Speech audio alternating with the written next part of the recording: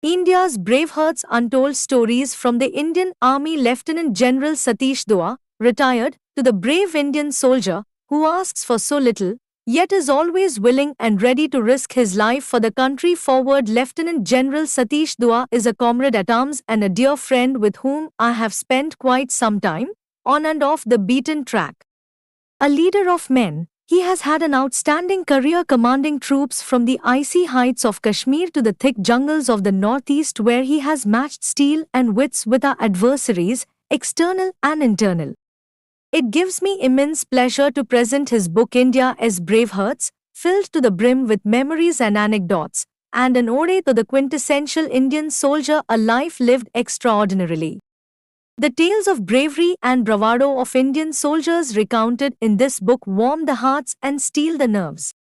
I hope they will ignite the minds of all readers, especially our younger generation who look towards the olive greens for inspiration and guidance. For those already donning the color and out of it, this is a trip down memory lane. A better narrator than Lieutenant General Satish Doha could not have been found, and in this book he displays his writing prowess too. I wish him all the best for the success of his book. Jai Hind.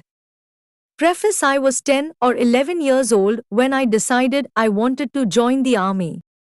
At the age of 16, I had already secured a seat in a medical college when I got the call letter giving me admission to the National Defence Academy, NOA. So I did the first semester of MBBS, then came home and convinced my parents to let me switch. I have never regretted it.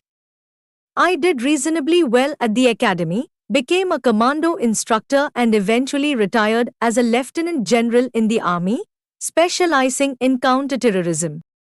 You may not know my name, but you would know of one of the last operations I oversaw as corps commander, the surgical strike of 2016 in Kashmir, in response to the terror attack at Ori. I gave the armed forces 39 years of my life.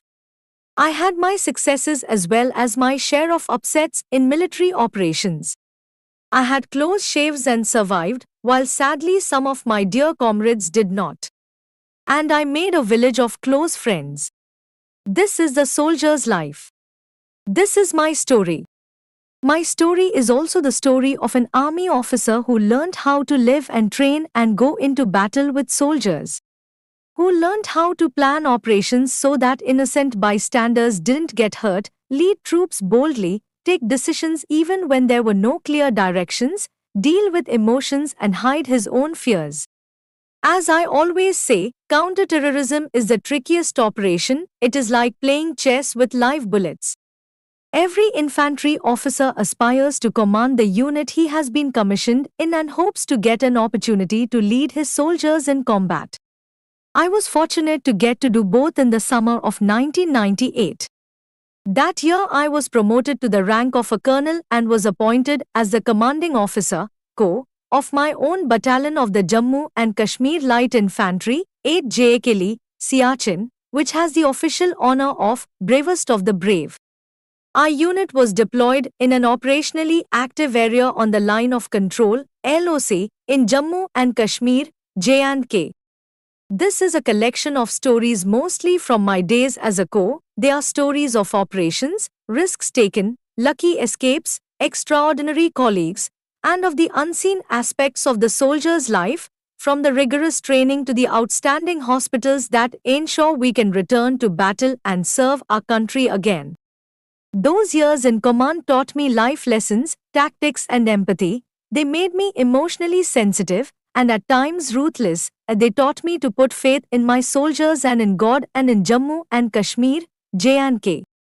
This is a collection of stories mostly from my days as a Co. They are stories of operations, risks taken, lucky escapes, extraordinary colleagues, and of the unseen aspects of the soldier's life, from the rigorous training to the outstanding hospitals that ensure we can return to battle and serve our country again.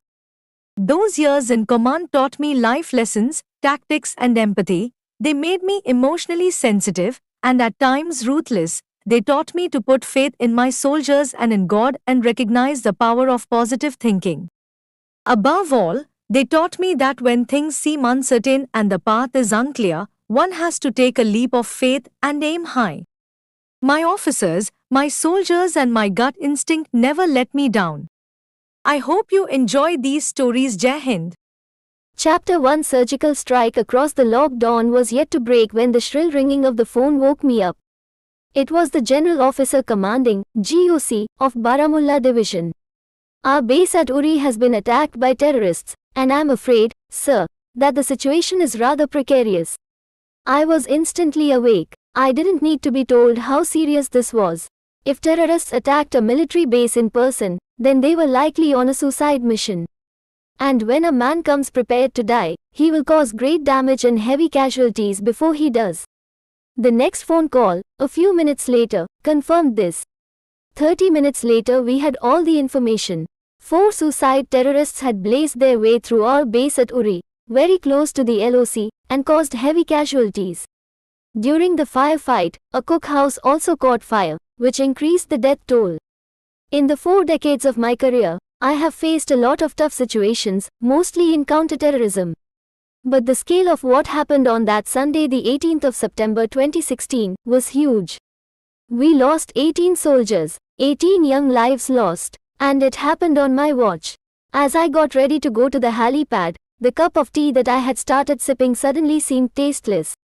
I left it and went out to the lawn just to be with myself before the chopper arrived. It was a bright, clear day, but for me it was a dark Sunday, the darkest ever. The terrorists had chosen their target and timing well. A change of battalion had been in progress. A battalion can stay in a high-altitude area for only 2 winters.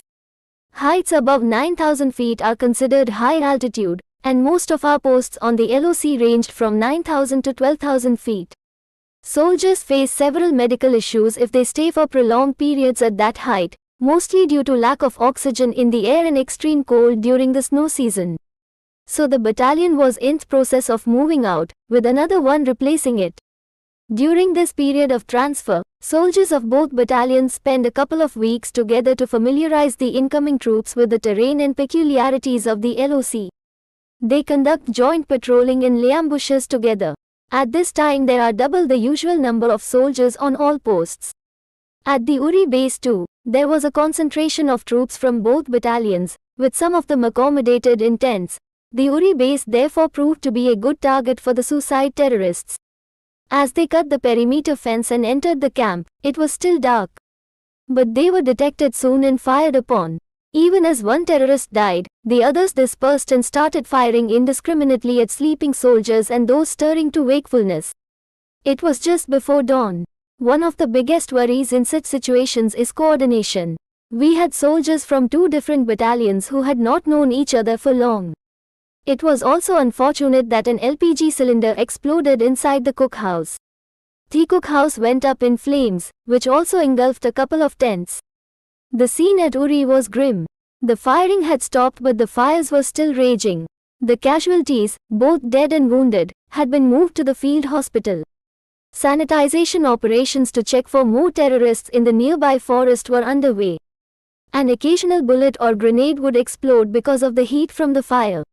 Meanwhile, news came in that the defense minister, the late Mr. Manohar Parrikar, was arriving in Uri that afternoon. Why now? Why today? I asked Mr. G. Mohan Kumar, the defense secretary, when he rang me up to tell me of the minister's visit. So many things were happening that needed my attention. The operations in Uri, planning how to fly out the mortal remains of all those who had laid down their lives, the road journey to their hometowns, the Homage ceremony in Srinagar before their bodies were sent back. So many calls had to be attended to, from the army headquarters, the police, the civil administration, the chief minister, the governor. The army chief had already arrived. I did not need more VIPs on my hands on a day like this. When the defense minister arrived, I was struck by the simplicity of the man. But I had to say no to his wish to go to Uri. The operation was still in progress and it was not safe for the minister to be there. He respected the decision. So from the airport we flew by helicopter to Badami Bagh cantonment in Srinagar, where my headquarters was located. It was impossible to talk in the noisy chopper. The short flight of 10 minutes was the only time I had that day to be alone with my thoughts. It was easy to preach phrases like, "Don't despair when there are upsets, look for opportunities in every failure," but the attack at Uri was beyond such sentiments. What could be the hidden opportunity in an operation like this? They always send terrorists across the LOC and we are always defensive and reactive. Then it struck me that there is outrage in the nation. The country is incensed at Pakistan-sponsored terrorism. My soldiers want revenge and there is a bold leadership at the center. So why not plan for a strong riposte? Something that had never been done before? Something that can cause the other side hurt and pain in equal measure? At my headquarters, I finished briefing the defense minister on a map in my operational room. The Army Chief, General Dalbir Singh Suhag, and THE Northern Army Commander, Lieutenant General D.S. Huda, were also present. Kashmir was my area of responsibility. That is the reason I was doing the talking in briefings. The minister did not interrupt me even once. As I finished giving an account of what had happened so far, he asked, "So what is the plan now?" I said, "Sir, if you are asking me about what we can do, then I would like to brief you alone." Yes, he would like to talk to you in your chamber," he said. The officials accompanying the minister did not join as the minister. The army chief and the Northern Army commander walked to my office. The army chief and the Northern Army commander spoke first. It was their role to work out the larger plans and possibilities at a national level. They talked about our preparedness to take any action and discussed the possibility of our response spiraling into something bigger that would be beyond my level, as I was in charge of the operational domain only in Kashmir. Mr. Parrikar then turned towards me. "What do you have to say?" I simply said, "Aap haan keh do, main kar dunga, sir. You give me the go-ahead, and I will do it, sir." I thought I saw a glint in his eyes, and I knew I had his full attention. I told him that the chief would take care of the big picture at the national level. Once he gave the green signal, we would plan and execute a bold response on the ground. For years, we have been taking a hit when they send in terrorists, and we are unable to react in kind. We will do something which will create that hurt for them too. We will go across the LOC and hit the terrorists' camps inside their territory. But please leave the choice of targets and timings to us. For reasons of security, I cannot divulge the details of the operational discussion. What I can reveal is that the defense minister then asked me two quick questions. First, there will be no collateral damage, I hope. I assured him that we should be able to manage that by going through uninhabited areas. In any case, to maintain an element of surprise, we would need to keep clear of inhabited areas. The second was more of a wishful comment. There should be no casualties to our own soldiers. I promptly replied, "I agree, sir. We should have no casualties, but I cannot guarantee anything. This is war." He paused for a moment, and my heart sank, thinking how hard a politician would find it to agree to such a thing. He said only one word, "Barobar." This Marathi word has different meanings in different contexts. Here, to me it sounded like, "Great. Let's do it." When I heard this, for the first time on that dark Sunday, I felt a glimmer of satisfaction and relief.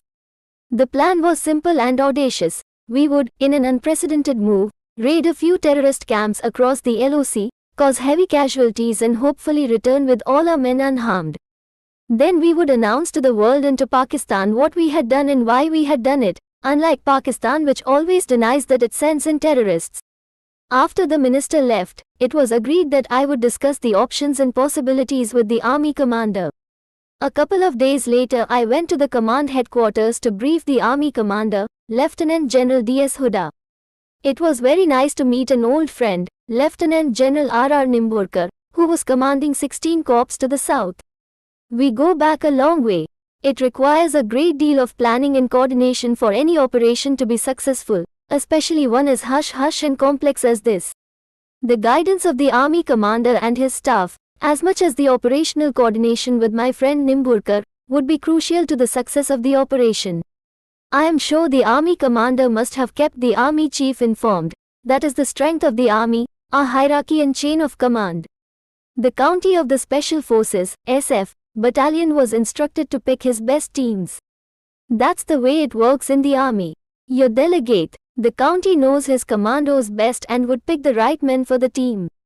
For the next 10 days we worked like men possessed, planning for various options, weighing the pros and cons of each move, calculating the chances of success against the casualties likely to be incurred, narrowing it down to the options finally adopted, sitting down with the leaders of the teams who would execute the plan and going through every small detail.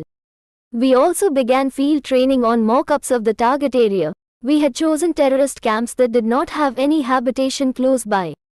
I recall a prolonged discussion regarding the route in one place where two options existed.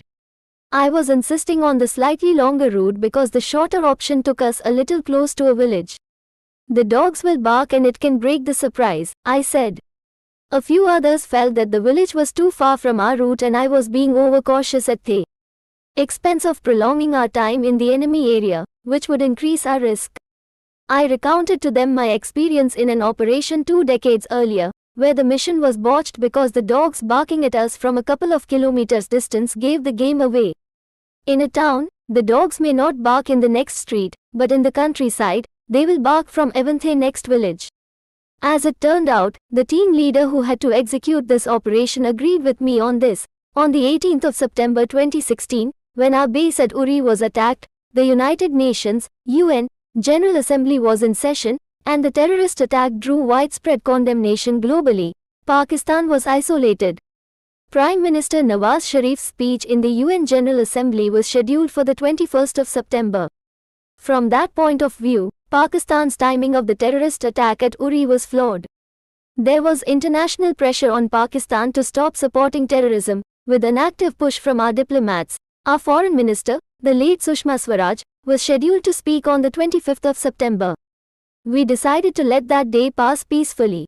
We also ensured that we did not launch any operations on the next 2 days, in order to lull the other side into complacency. Meanwhile, during these 10 days, we continued to show routine movements and operations all along the front. We carried out our reconnaissance in the hours of darkness. Several deception measures were used over the next few days, but it would not be prudent to divulge these as then we will not be able to use such measures again. Suffice it to say that our EFF arts paid off, as the enemy did not have the slightest knowledge of our plans, targets or timings, despite being alert about a possible retaliation from us. If they had any suspicions, these were speculative and they couldn't point a finger to anything specific. Secrecy is the key to any successful operation. If you catch the enemy unawares, more than half your battle has been won. This is especially the case in a surgical strike where you hit the target, achieve your aim and then have to get out alive. In fact, this is why surgical strikes are the toughest operations in the world. Terrorists infiltrate borders to enter our country. They don't have an exit plan.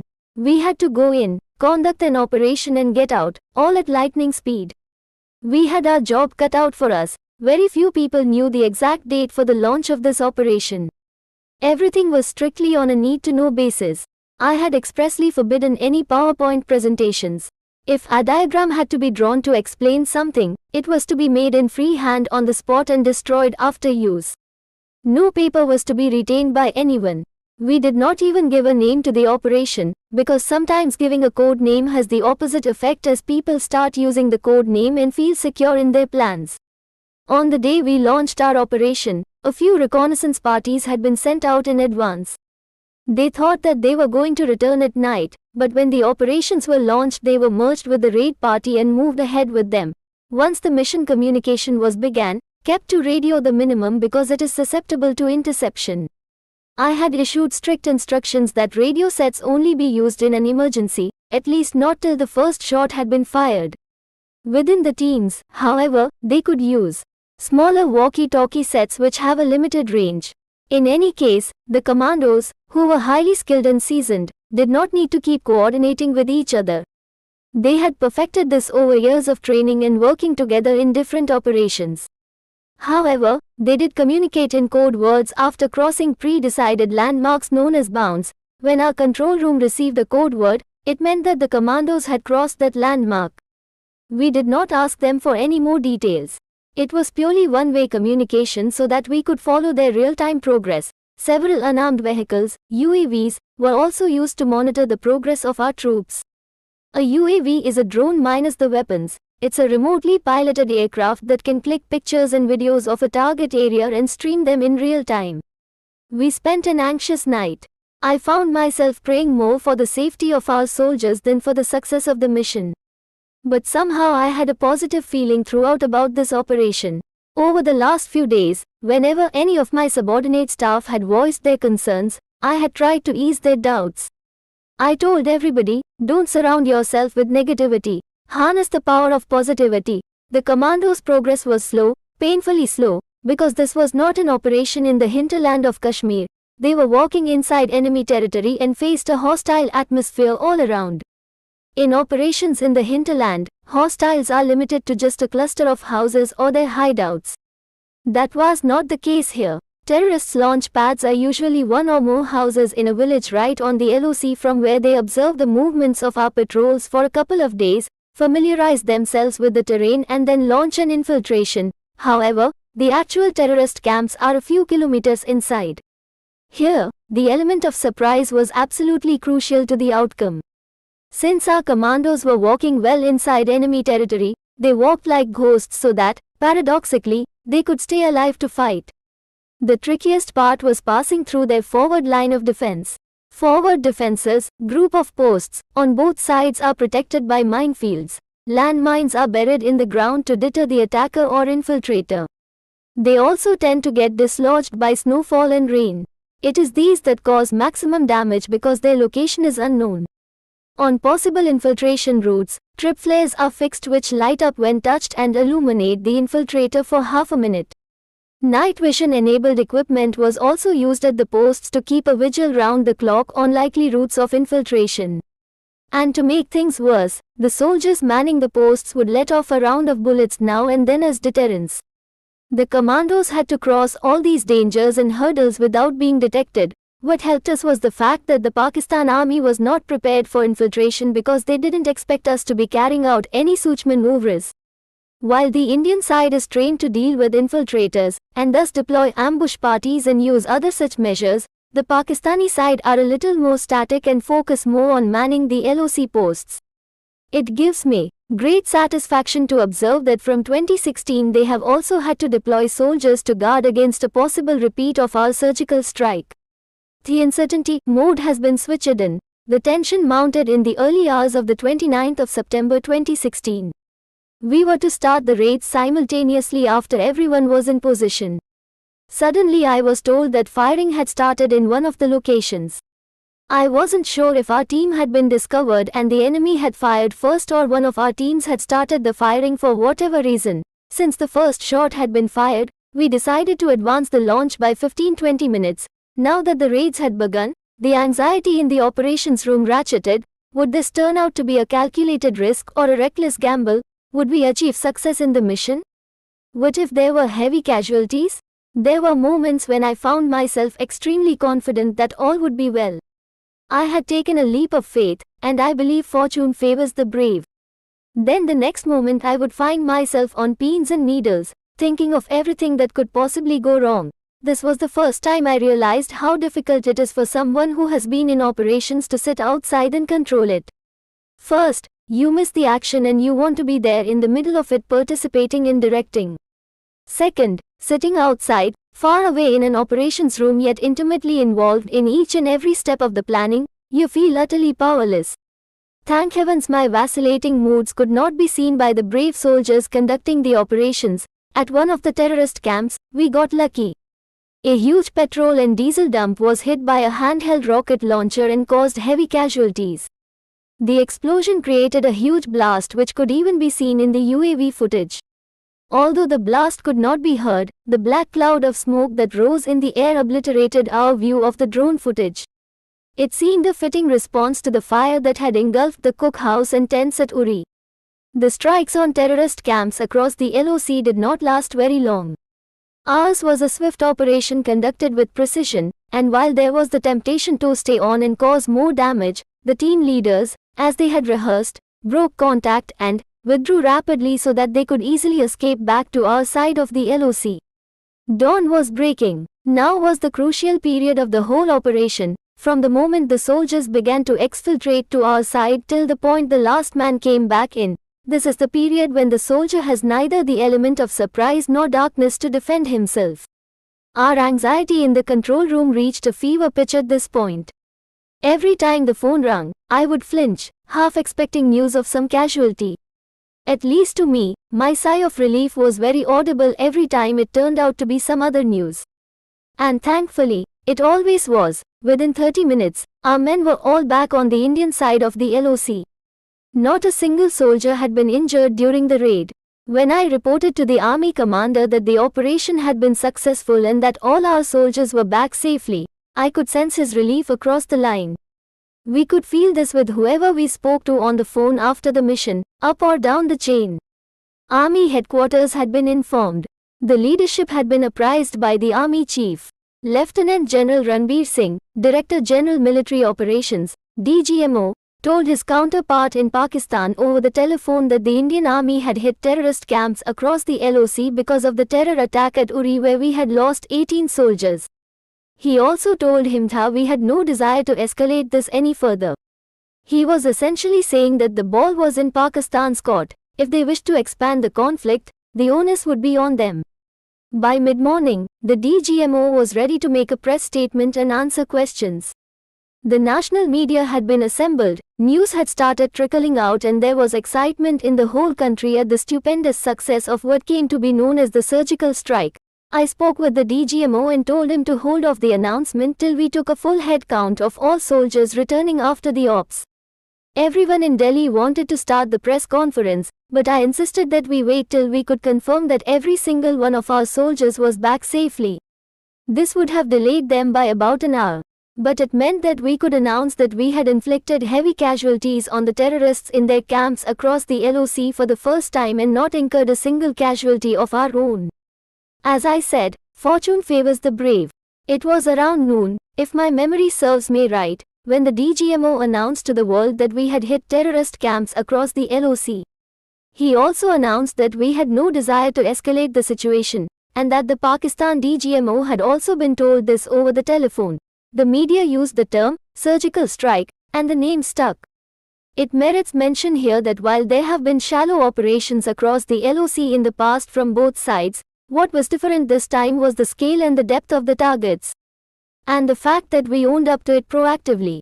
It was also for the first time that we used diplomacy as leverage for an operation. We had, for example, built public opinion against the terrorist strikes at Uri by using the UN General Assembly as a forum. Soon after the press conference, the team leaders were flown in by helicopter to my headquarters for a quick debrief.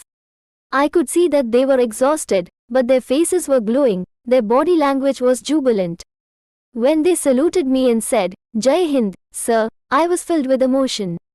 I returned their salute crisply and said, "Thank you, boys. Thank God you have all come back safe and sound. History will remember you for what you have achieved today." And then, before they could start discussing the operation, the boy who used to bring us tea entered with a tray. As instructed by me, instead of tea, the tray held a few bottles of Johnny Walker Black Label. Normally this would be the time for beer, but today is not a normal day. It's not a day for beer. These tigers need something stronger. That drew a lot of laughter. Everyone was in high spirits. I then turned towards Brigadier Rana Kalita, Brigadier General Staff, BGS, and said, "These SF guys are in the habit of eating whiskey glasses, so I'm not going to risk it."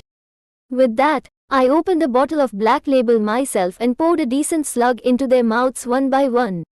You know all about having a shot of whiskey. Well, these guys were getting shot by whiskey. Then one of them took the bottle and said, "Permission to give a shot to the corps commander, sir." I opened my mouth and he poured in a generous measure. I thought I would get a kick and feel high after drinking straight from the bottle.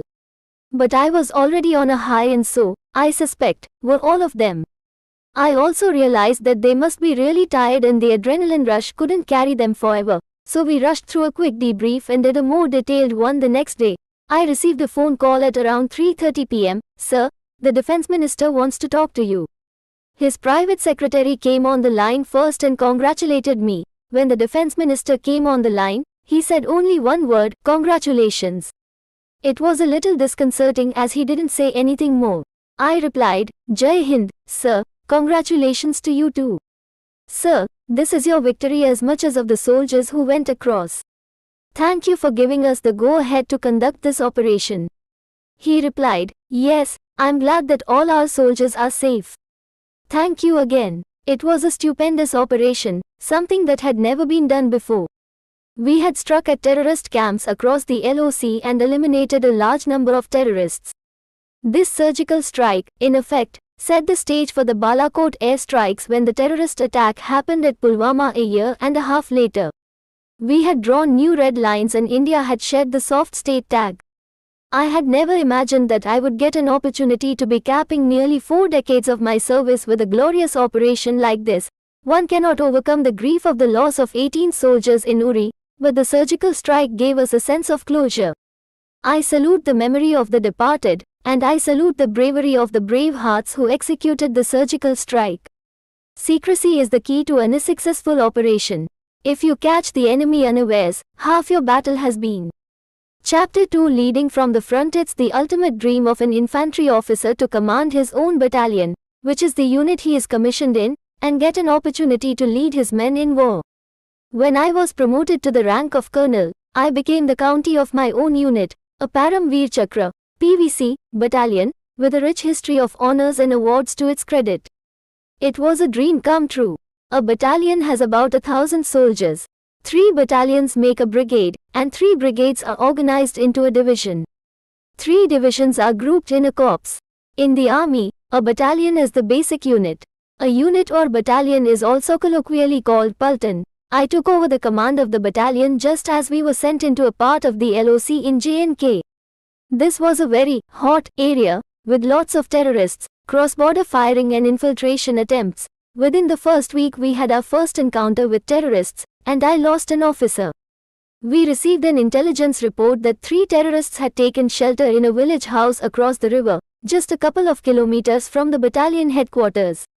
Major Rohit Sharma, who received the report, was the only officer present at the base at that moment. He swung the Quick Reaction Team, QRT, into action, leading them himself, and asked for extra reinforcements to follow. The commando platoon called Ghatak, deployed a few kilometers away, was ordered to reach at the earliest the village where the terrorists were said to have taken shelter. Major Rohit Sharma was a very smart, capable and brave officer. A handsome young 6-footer from Punjab, he was an athlete, a keen sportsman with a very pleasant personality. His troops loved him, his junior officers adored him, and I found him a very reliable member of the team.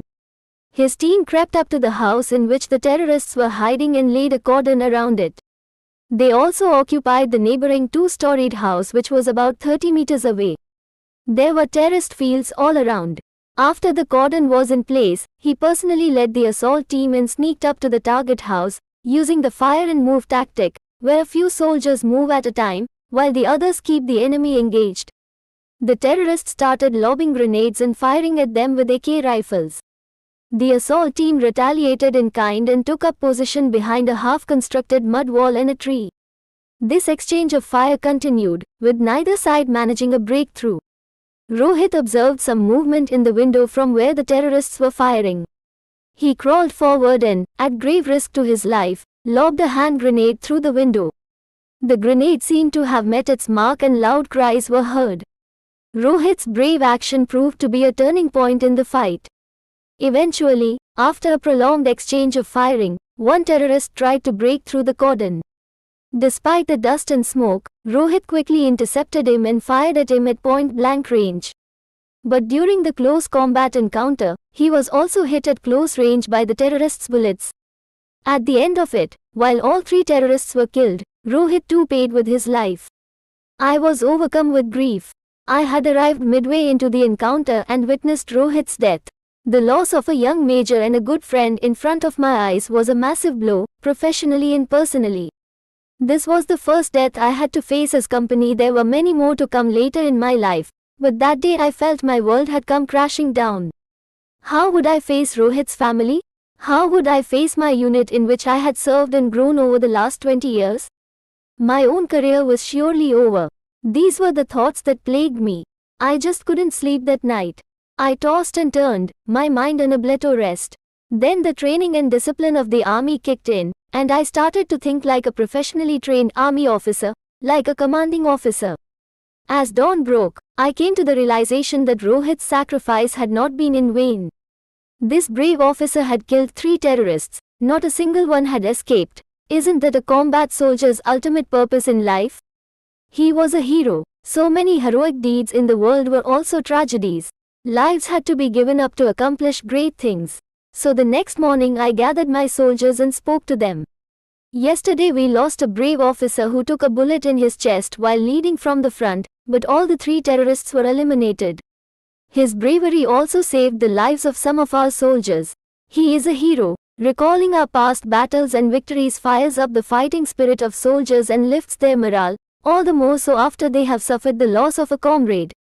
So I went on to remind them, our battalion has had such a rich history of gallantry in all our operations since independence. Look at what we did in the Siachen Glacier a decade ago. There too our first casualty was an officer. Remember how we covered ourselves in glory after that, executing the attack at the highest altitude in the world, capturing Bana Top, winning a Param Veer Chakra, a Mahavir Chakra and a host of other awards. We are going to do that again. What is the best way to pay homage to Major Rohit Sharma? By ensuring that not a single terrorist remains in our area. Rohit's death so early in my time as co-shaped many of my decisions. I was determined that our battalion make its mark, and we went on to eliminate 106 terrorists, enemies during my 3 years as CEO of the battalion, which is a record of sorts in J&K till date. In our next encounter with terrorists, I didn't wear a bulletproof jacket, I was acting braver than I felt. I also did not carry a weapon. When my team insisted, I told them that my job was to plan. If I had an AK rifle in my hands, I would be tempted to get drawn into firing. It would distract me from my main task of planning the operation and thinking ahead. My Subedar Major suggested that I carry at least a pistol for my personal security. I told him that I had full confidence in my QRT of 5 soldiers to protect me. Foolhardy though it might have been, my taking this risk really inspired everyone. My QRT too was spurred to be extra careful and alert.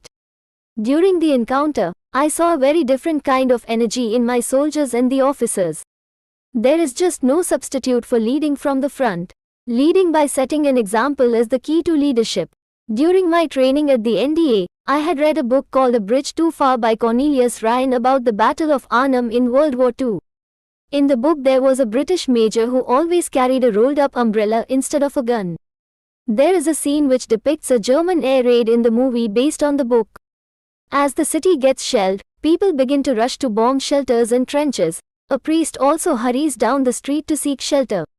The major with an umbrella, as he had by then come to be known, sees him running and calmly opens his umbrella and says, "Come, father, come under the umbrella," as if it were only raining.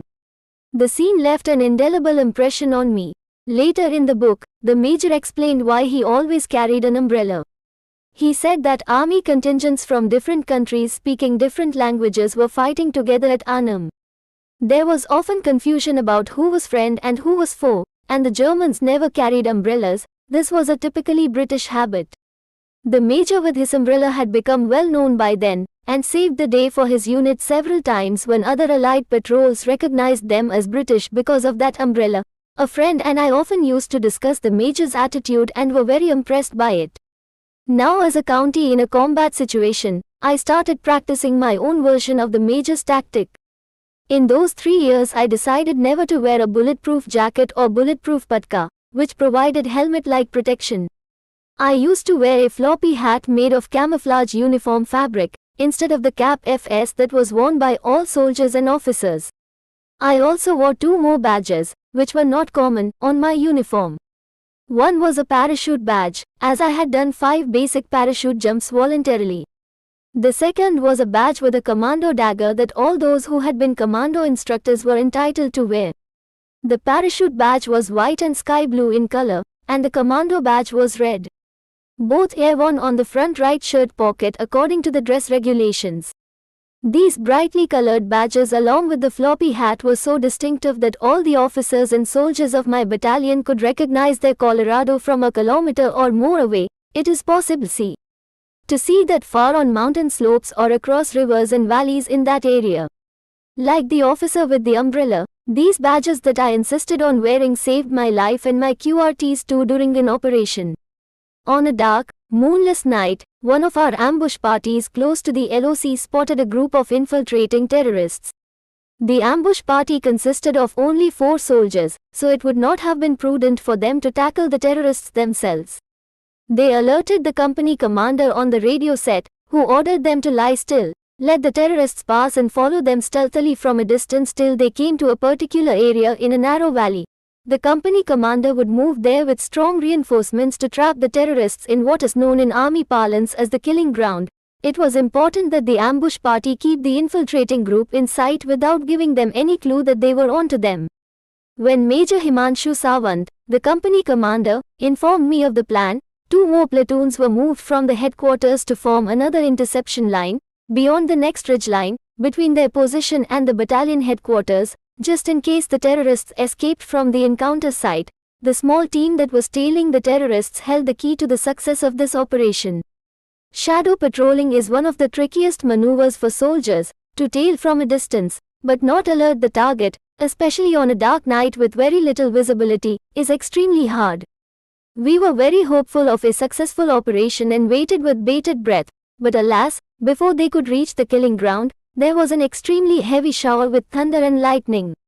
Bad weather is the perfect time for terrorists to infiltrate, and despite our best efforts, we lost visual contact with them. We were disappointed, but we waited in the rain nonetheless. I had walked up with the 2 additional platoons that we had sent up from the battalion headquarters, each under an officer. We were all sopping wet. I took position under a tree with my QRT.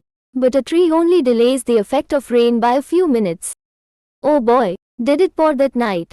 As day broke, I realized that waiting was futile. So I called off the operation and we walked back to the base. It took us over an hour and we were tired, wet and chilled to the bone, frustrated and disappointed. As I reached the base, I decided to debrief the different parties before we changed out of our wet uniforms. Major Himanshu Sawant's party would arrive a little later because they had a longer distance to cover. I decided that I would hear them out separately later. After we finished, I sent the others away to change and sat down on the lawn of the officers' mess for a cup of tea. My buddy brought me a spare pair of boots from my room. Soldiers operate within a buddy system, always 2 together. An officer's buddy is a young soldier who marks his map, draws his weapon and ammunition and provides necessary assistance. I decided to change out of my wet boots while waiting for Himanshu and the hot cup of tea. For those who have never experienced it, it is incredibly difficult to take off wet jungle boots. An operation in itself. The adjutant, Major Sean O'Brien, was enjoying my plight and teasing me. During operations, soldiers drop all formalities. The soles of my feet were shriveled, having been soaked all night. I was enjoying the sensation of rubbing the soles of my feet on the grass before putting on dry boots.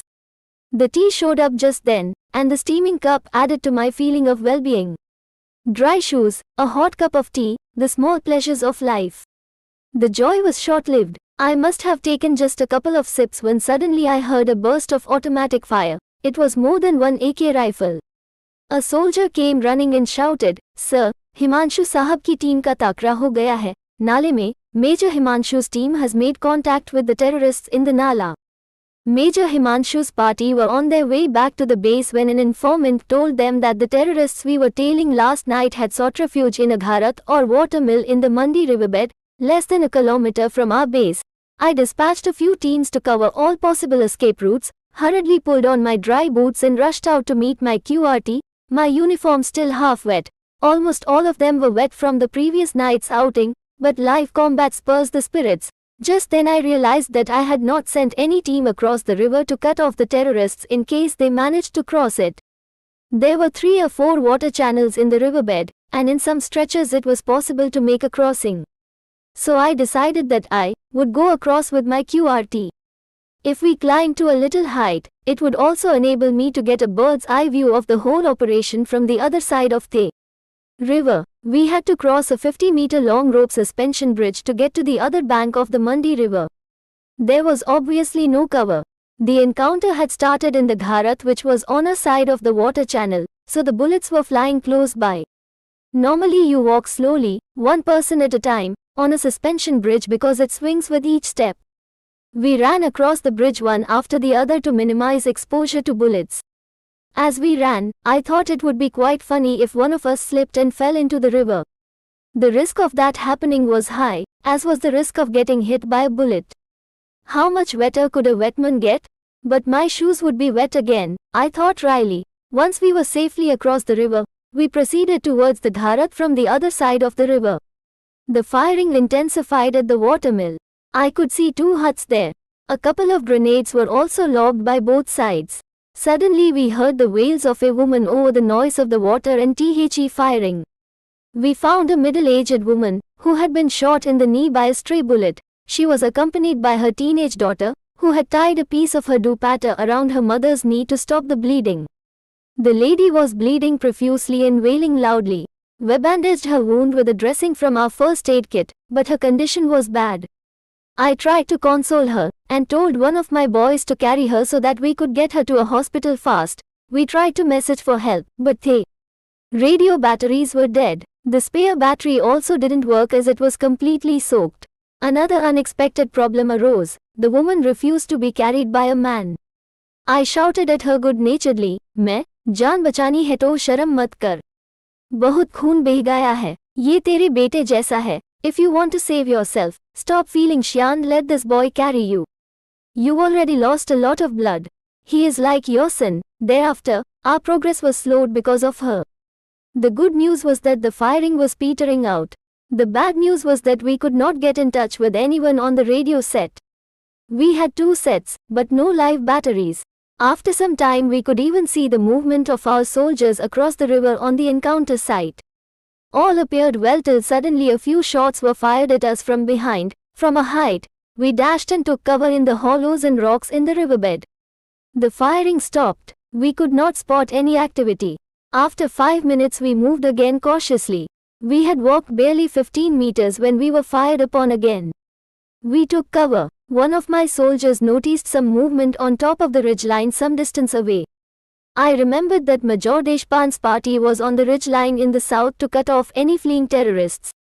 They were shooting at us thinking we were escaping terrorists. We tried to call them on radio, hoping against hope that we might get through, but in vain. After 5 to 7 minutes, we again started moving carefully, creeping and crawling towards the roadhead. It was a funny situation. The encounter with the terrorists seemed to have ended. We had a civilian casualty on our hands, and our own troops were firing at us. We could not communicate with each other. What if Himanshu's party started firing at us from the other side to support Deshpande's effort?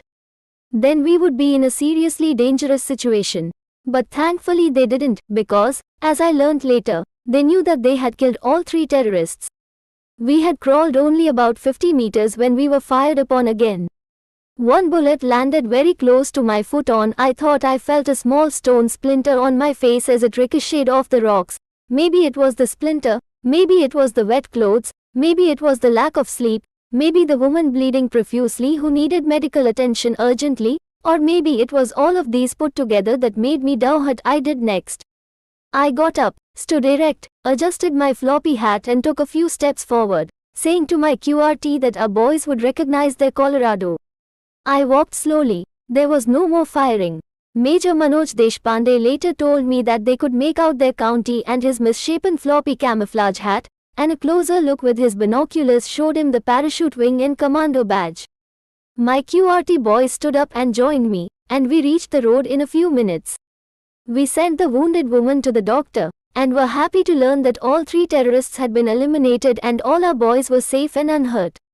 That we came very close to being hit because of mistaken identity was something we all sat and talked about over and over again, and still do.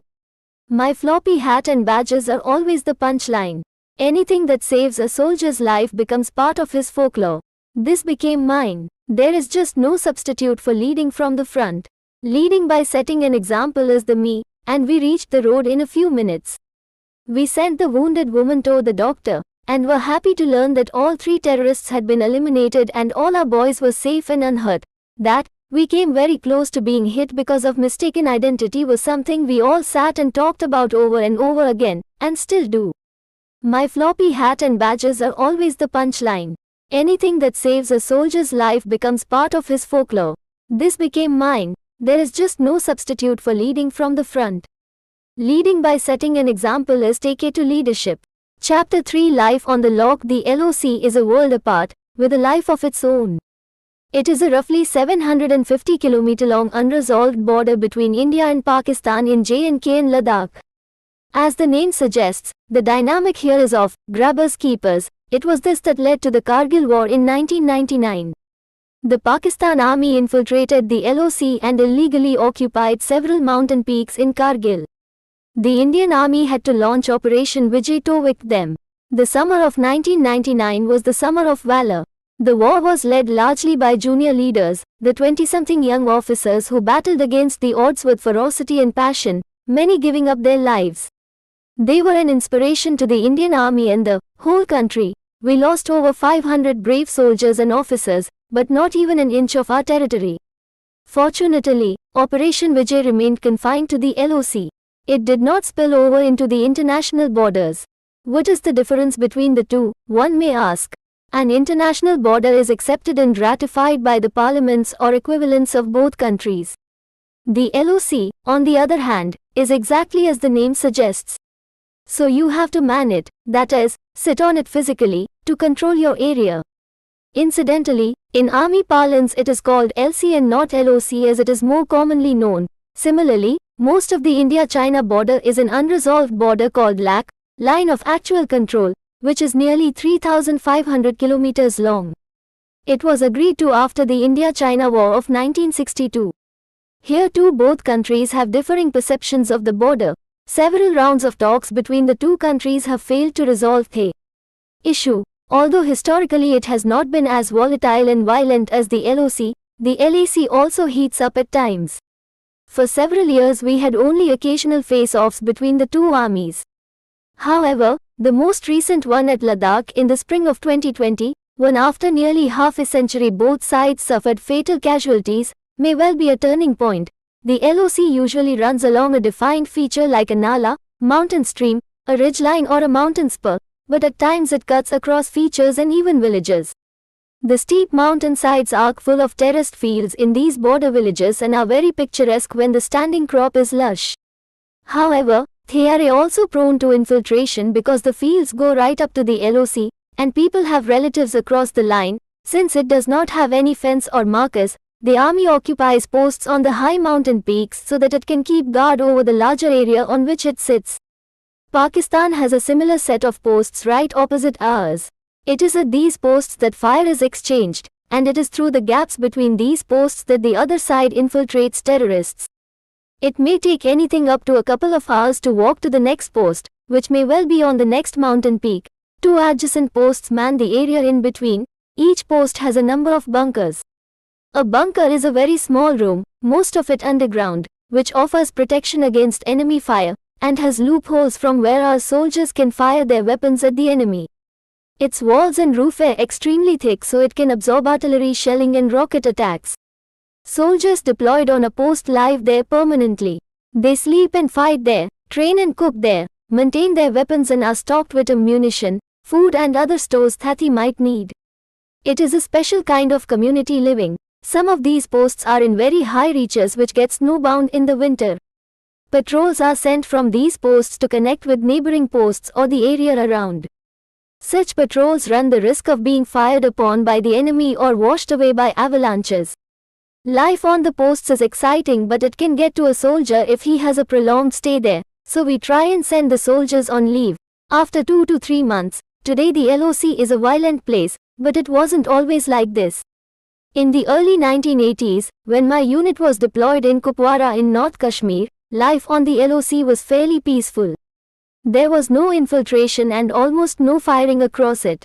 In fact, we would even occasionally interact with soldiers on the opposite side, especially when locals approached us because their cattle had strayed across. The Pakistani soldiers would call out to us asking for sugar, as they used to get gur in their tea rations.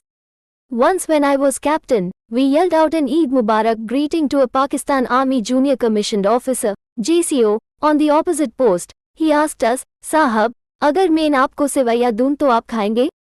"हाँ, मैं आपके सामने उसमें से 2 चम्मच खा जूंगा," If I give you sweetened wheat noodles, the traditional sweet dish prepared on Eid, will you eat it? I will eat a bit out of that bowl in front of you, implying that it was not laced with poison or anything harmful. Major Yashpal Singh, who was the post commander, warmly replied that we would eat it happily without his having to prove that it was safe. Military to military, we are brothers 80 arms, and not surprisingly, we find it easy to talk to each OTL-1A. In 1999, my battalion was also deployed on the LOC, albeit not in Kargil but in another part of the LOC in J&K. By then there was a lot of activity on the LOC, frequent firing as well as infiltration attempts by terrorists, heightened by the tensions of the Kargil war. In those days, I used to spend my days in different company locations on the forward posts of the LOC. One day I went to visit one of the forward platoons, from where the enemy post was just 50 meters away. The LOC ran between these two posts. I spent some time at the post, reviewing the defense preparedness and chatting with the boys over the ubiquitous chai and pakoras. I was pleased to say that the soldiers on the post were enthusiastic about their work, and their morale and motivation levels were high. I then went into the post commander's bunker to change out of my uniform into a set of civvies, as did my QRT soldiers. On the forward slopes, that is, any slope that descends towards the enemy, where one was exposed to enemy view and fire, we normally did not move in uniform. Instead, we dressed in a Pathan suit which is worn by the locals and which was convenient to walk, although not to run, in. If you threw on a bukkal, shawl, like the locals did, the soldiers could hide their weapons as well. The LOC in this part runs along a big nala. The slope on our side was a forward slope which went down to the nala. The slope that rose from the other side of the nala was in Pakistan-occupied Kashmir, POK. The mountainside was covered with terraced fields, as is the case with cultivable land in the mountains. There were very few trees which could provide cover from the enemy. By wearing local attire it was easy to mingle with the villagers who were working in the fields on the forward slopes. The Pakistan army would not fire at the locals, lest they run the risk of losing their support during the infiltration of terrorists. It was going to turn dark in an hour or so, and we would take about 2 hours to reach the roadhead from where I would drive back to my battalion base. We had barely walked 30 or 40 meters from the post when Subedar Balraj, the post commander, asked us to halt. He said that the Pakistani soldiers on the opposite post had yelled out to him, saying, "Your men are walking fully exposed on forward slopes. Please ask them to stop, otherwise we will be forced to open fire." I shouted back to him, asking him to tell them that none of our soldiers were outside, that he was mistaken and the men must be local villagers. They replied, "We even know it's your Colorado. Please don't continue this movement or else you will be responsible for the consequences." Our company commander has given strict orders. It dawned on me then that owing to heightened firing across the LOC during Operation Vijay, not many locals were moving about on the forward slopes. Since the Pakistani post was so close, they must have observed my activities as I had reviewed the security of our post. But I also wondered if I should listen to their threat and give them the satisfaction of having scared the Colorado of the Indian battalion. Life on the LOC is a lot about psychological domination and aggressive behavior. I thought for a bit and told Subedar Balraj to climb to the observation tower post where a sentry always stood guard to keep a lookout. It was from the observation post just across ours that the Pakistanis had shouted their warning. It was clear that they too were playing mind games and did not want to escalate the LOC firing situation, otherwise they would have fired instead of giving a warning. Our posts dominated theirs in this area, and we could cause serious damage and casualties to them with our heavy weapons if we had to. Once the post commander was in visual contact with the Pakistan sentry, I asked him to relay to the sentry whatever I told him. He did. This is the gist of what he shouted across the LOC. "If you start firing on our CO's party, I doubt the first bullet will hit the Colorado. But as soon as the first shot is fired, I guarantee you that your post will be flattened. We will use all possible weapons and rockets. Your post is surrounded by 3 of ours. You will be responsible for the casualties that you incur." I waited for 5 minutes for the message to reach their company commander. Then I asked my team if we should move ahead. Dare ya chale? Unanimously, they chose Tamesh ahead. Cautiously, we stepped forward. About 5 minutes of walking brought us out in the open. For the next 20 minutes of our walk, we would be completely exposed to the enemy's view, which meant we would be at his mercy.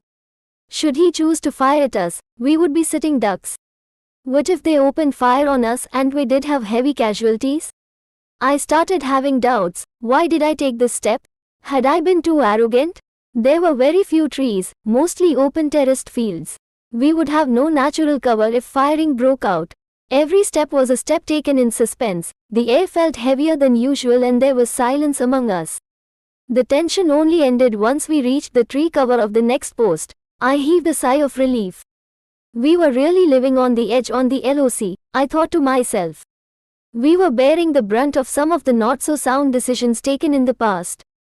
We defended with our lives the lines drawn by someone on a map. As I mentioned earlier, we lived by the ethos of grabbers keepers, playing mind games to remain dominant at all costs, often at grave risk to life. If they had fired that day and caused casualties, anyone would have been right to comment, "What did you achieve? You took the lives of your own soldiers, that is, if I was not the one to be killed." But any soldier who has operated on the LOC would do the same soldiers, that is, if I was not the one to be killed. But any soldier who has operated on the low sea would do the same thing. This was the constantly tension-charged atmosphere on the LOC. And to think that most of our countrymen feel that soldiers just stand idle on sentry duty there, like the watchman they see at the gate of their building or outside the bank. We were really living on the edge on the LOC. We were bearing the brunt of some not-so-sound decisions taken in the past. We defended with our lives the lines drawn by someone else on a map. Chapter 4 Main or Meri Helmet. One morning the Subedar Major came running to my office saying that 2 villagers had come from a nearby village with the news that 6 terrorists had forcibly taken shelter in the house of a relative of theirs. The terrorists looked tired, and while they were resting, a boy from the household had slipped out to inform us. The village was about an hour's walk from our base, which was on the bank of the Mandi River. There were very few villages and a relatively sparse population between the LOC and the river. When terrorists infiltrated, they aimed to get across the Mandi to the more densely populated side where they would be able to merge more easily with the locals. The entire area between the LOC and the river was our responsibility, and all my companies and the other smaller detachments such as the Ghatak platoon and logistics units were tactically deployed at various points in this vast area. It was my mandate to ensure that no infiltrator was able to get across the river. It so happened that I was the only officer present at the battalion base when we received information about the 6 terrorists hiding in the nearby village. My adjutant, the officer who would have led the operation, happened to be away. He doubled up as the quartermaster, looking after logistics, and had gone to the brigade headquarters in the morning for a logistics conference. 2 other search operations had been launched earlier that morning and it would take some time for those troops to be diverted back. So I decided to go ahead and lead the operation personally till the backup platoon under Major Himanshu Sawant reached the village where the terrorists were holed up. Here I must also explain that for every operation that turned into a successful encounter, we would carry out 8 to 10 search operations that didn't pan out. Most of the tip-offs we received would prove to be wrong or outdated, or both. That day, however, I felt confident that the information was correct and current, because these 2 men were not our usual sources who brought second-hand information. They were relatives of the man into whose house the terrorists had forced their way in. I got the necessary strength of soldiers ready to launch the operation even as Himanshu's platoon from the LOC was summoned. His party would reach later because they were located further away from the village. However, they would have to walk downhill while my party had to walk uphill from the base. As we were about to start from the base, I saw the Subedar Major briefing my QRT members very intently. A Subedar Major is the senior most enlisted soldier of the battalion. He is a very respected father figure for all the soldiers. Around 10 years older than the Colorado, a good Subedar Major is his right-hand man. He marries his experience and wisdom while expressing his opinion and advising senior officers, not hesitating to advise even the Colorado. I jokingly said to him, "Kya ho gaya, Sahab, aaj meri QRT se bahut baatein ho rahi hai? What's the matter? Today you're having very long discussions with my quick reaction team." He said, "Sir, this is the first time that you're going not only as the Colorado, but also as the officer in charge of this team. I was very pleased by his reply. This is the kind of stabilizing role that a Subedar Major is supposed to play in a battalion. He also reminded me that I had to make a brief visit to the unit temple before setting out for the operation. I followed his advice and sought the blessings of the Almighty. We walked through the villages and fields until we came to a rocky slope with very few fields and buildings. There were only a small number of scattered houses, beyond which one could see the barren slopes leading up to the ridgeline. A cluster of 3 houses was pointed out to me in which the terrorists were said to be resting. They had been walking for a couple of days to reach their destination and were exhausted. They had asked for food and then gone off to sleep. They would not be in one house, so we had to plan on laying a cordon to cover all 3 houses. I asked both the platoons to fan out and establish a cordon among the rocks and trees that dotted the landscape. It was a treat to see the soldiers harmoniously move under cover just as they had been instructed, despite the fact that they did not belong to a single platoon or company. I had pulled together all the soldiers who were at the base for any reason, including those waiting to go on leave or to the hospital the next day. Minutes for established. It took about 30. The cordon to be the cordon commander, Subedar Karnal Singh, gave me the completion report on the radio along with another piece of good news. Major Himanshu's platoon would also arrive in another half hour or so. He was to arrive from the north, walking downwards, while my party, which had fanned out into a cordon, would now silently move uphill from the south.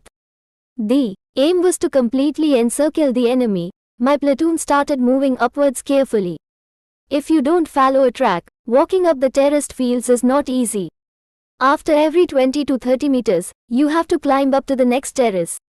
It was like climbing a mud wall which was 5 to 10 feet high. Suddenly AK rifles began to be fired from one of the houses. Everyone ducked and took cover below the mud walls of the fields. Once I had established that no one was hit, the feeling that overcame me was paradoxically one of excitement and relief.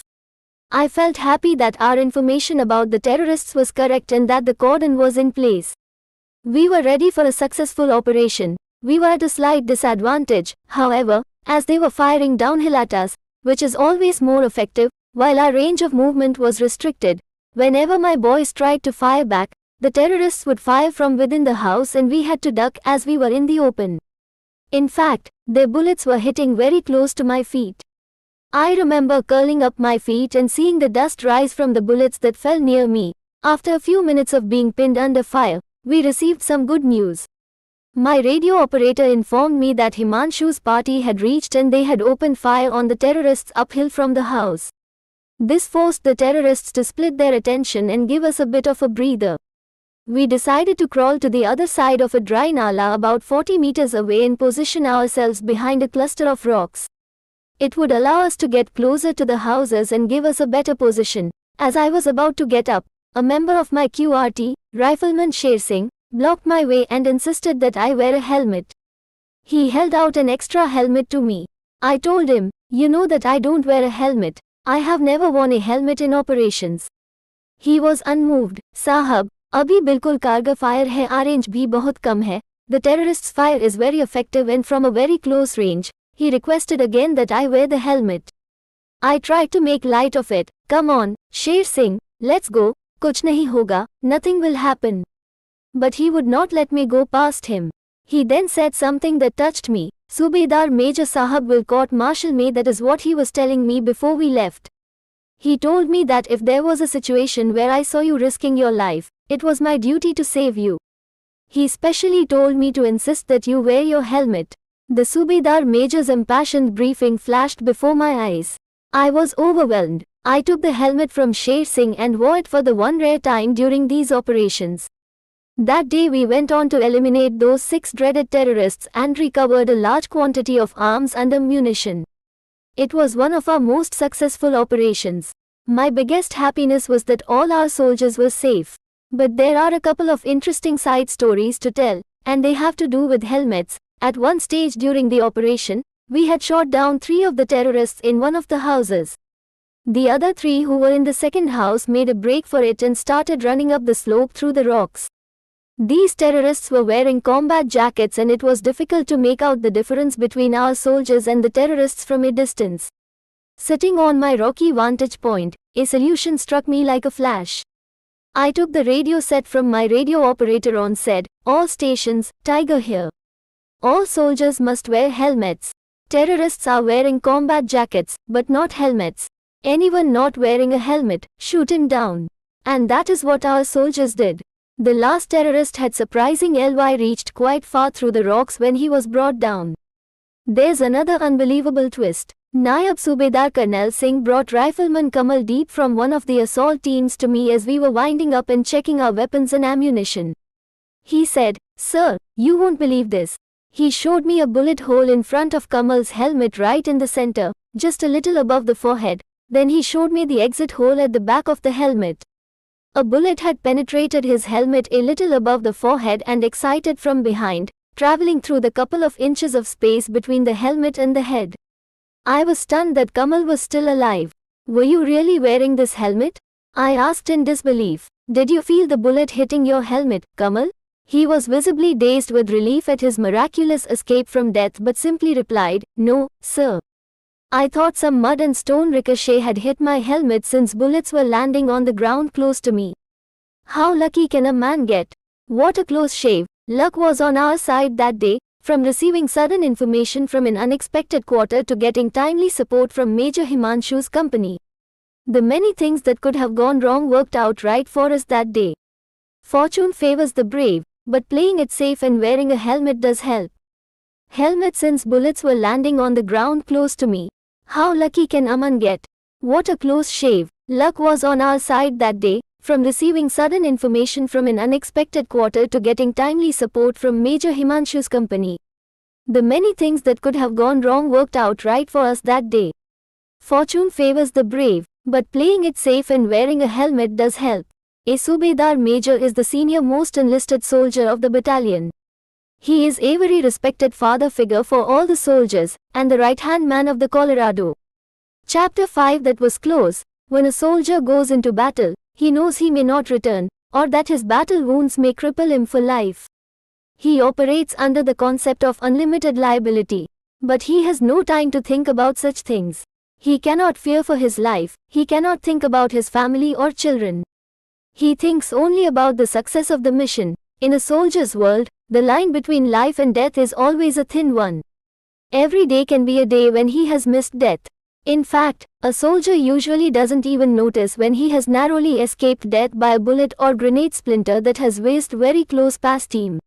Sometimes, though, he is conscious of the close shave he has had. With a prayer of thanks, he continues to fight, without even allowing himself the luxury of feeling relief.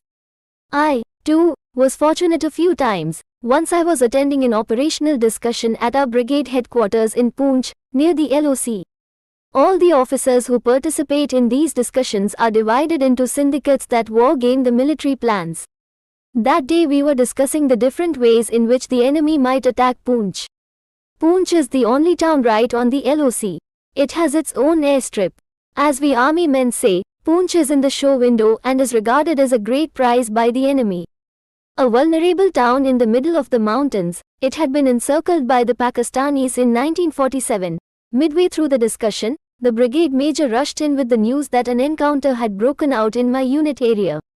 The brigade commander, Brigadier A.S. Sekhong, looked at me with a half smile and said, "I am sure you would like to go now." I was already getting up from my seat as he was speaking. "Best of luck," he said as I thanked him. "Give us the good news soon." My battalion was located approximately 15 kilometers to the east of Poonch. While Poonch is a couple of kilometers from the LOC, my base was about 7 to 8 kilometers south of the LOC as the crow flies. Between the LOC and the base were two ridgelines of mountains, some of them as high as 9,000 to 10,000 feet. My companies were deployed on these heights and occupied several posts. 6 terrorists had moved into a forested area between our base and the Ghatik platoon post on the ridgeline. I got into my gypsy and rushed to the area which was 20 minutes away. With me came my right-hand man, Major Himanshu Sawant, and the CO's QRT. The CO's QRT was made up of 5 soldiers of the battalion who were outstanding in their fitness, firing and motivation levels. These men were my fighting buddies in all the encounters and operations for the 3 years that I was in command in the area. The encounter was underway in a forested mountain slope, 3 kilometers short of my base. There were no mobile phones then. During the drive, I got an update from my unit base on the radio set. Apparently, when the news had come in, my troops had rushed to the site. The men from the base were sent up to lay the cordon around the target from the south. It was a huge expanse of forested mountain that took over an hour to climb. Meanwhile, the Ghatak platoon of 30 commandos under Captain Vinod Kumar, whose camp was located higher up on the mountain, rushed down to where the terrorists were holed up. Before the two parties could join up, the terrorists started firing on our soldiers. We were vulnerable. We hadn't managed to encircle the encounter site fully. There were gaps in our cordon between the encounter site and the road down below to the south. If the terrorists had to make an escape downhill, they would naturally use this route that took them away from the LOC and closer to the populated centers, which was their ultimate destination. We got to the base of the mountain and began to scale it on foot. There was a truck from my unit weighing 11 grams with the driver. He had brought some ammunition from the base. However, there was nobody to carry it to the encounter site. The 5 men in my QRT picked up a few grenades each. They were loaded with their own weapons and ammunition and were wearing bulletproof jackets and could not carry much else. I was the only one who could, because I was neither carrying a weapon nor wearing a bulletproof jacket. So I picked up 2 pods of 84mm rockets, each containing 2 rockets. These would be needed to blast through the walls behind which the terrorists were hiding. Each of these pods weighed about 15 kilos. Terraced fields were cut into the mountain face, and as we started walking up, the tree line got thicker, the mountain air purer. This is why sadhus came to the mountains to meditate, I would say to myself as I walked through such terrain at leisure. But that day there was no time for such reflections, it was time for action. Karma over dhyan. I took in the latest update from Vinod on the radio set. He asked me to put a stop team on the slope that I was walking up so the terrorists would not be able to escape from that direction. However, we did not have any men, so I detached the light machine gun, LMG, group from my QRT at a suitable spot to act as stops. This was not an advisable thing to do, as there were only 4 of us left now. 2 of my soldiers, Himanshu Sawant and I, between us we had only 3 AK rifles. As the 3 soldiers who were walking ahead of me had been deployed with the LMG, I now became the leading man. The first 2 leading soldiers in a patrol are called scouts. They keep a lookout for the enemy, one scanning the left side and the other the right. The scout also runs the risk of taking the first hit from the enemy. When one of the soldiers tried to overtake me on a narrow track to lead, I jokingly said, "Don't worry, I can hit a terrorist with an 84mm rocket even if I can't fire it." It nearly came to that. Carrying the heavy rocket pods in both hands did not make for a comfortable walk. After walking for about 20 minutes, we came to a narrow nala. It would have been hard for me to jump across carrying the pods, so instead I stretched my leg out to walk over the nala. Standing akimbo, with my legs on either side of the drain, I paused for a moment to regain my balance. Just then I heard Himanshu shouting, "Hey, hey, hey." With my legs straddling either bank of the nala, I turned around to look at him. At that moment, he started firing at me with his AK rifle. I was transfixed and shocked. Then I thought I heard a burst of rifle fire very close to my ear. When bullets fly very close to you, they produce a different and flattish sound than when you hear them from afar, and a man doesn't hear the bullet that hits him. The smell of gunpowder filled my nostrils. All of this happened in a couple of seconds. I jumped to the lower level of the terraced field, which was about 8 feet below.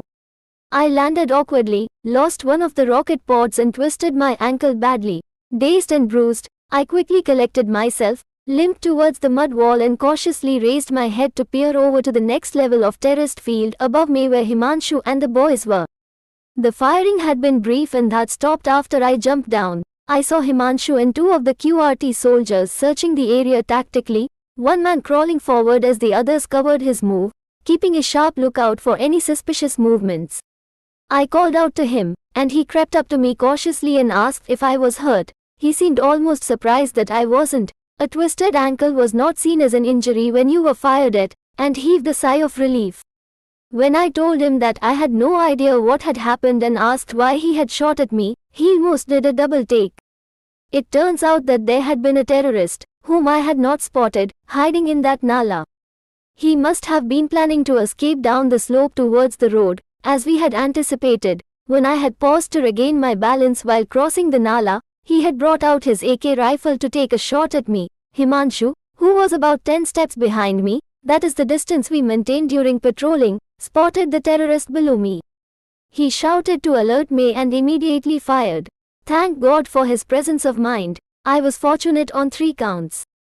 First, that he hit the terrorist. Second, that the terrorist's bullets did not hit me. And finally, that I did not get hit by a bullet from Himanshu's AK rifle, which could well have happened. We took about 10 more minutes to be reasonably sure that no more terrorists were hiding in the area.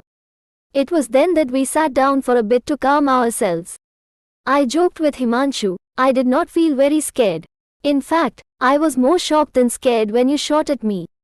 Himanshu replied very simply, as was his habit, but I was scared. He had been scared that his bullets would hit me. For having saved the life of the Colorado, Himanshu became a hero in the battalion. In fact, he became a bigger hero. He was already a star in our unit because of his exceptional bravery and quick reactions in operations. He was considered our lucky mascot. The troops felt that if he was around in an operation, we would be successful. He had proved to be our lucky charm once again. We went on to have a successful operation that day and eliminated all 6 terrorists with no casualties to our side. As to one big near-miss casualty that we just spoke of, it is a story that is told again and again in our battalion.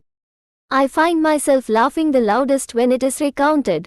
But I also always say a silent thanks to God and to Himanshu for saving me from death by a hair's breadth. This wasn't my only close shave.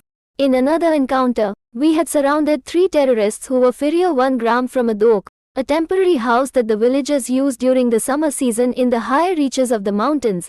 They move there for grazing their cattle after the snow melts. The dok was perched on terraced fields cut into a steep mountainside and was surrounded by a thick growth of trees. This made it a hard nut to crack. The terraced fields were also planted with tall maize plants, each between 6 and 8 feet high. This was a major problem for us as it offered effective cover to terrorists. We had to figure out a way to blast the house or smoke out the terrorists. There was an element of urgency because it was going to become dark soon, increasing their chances of escape.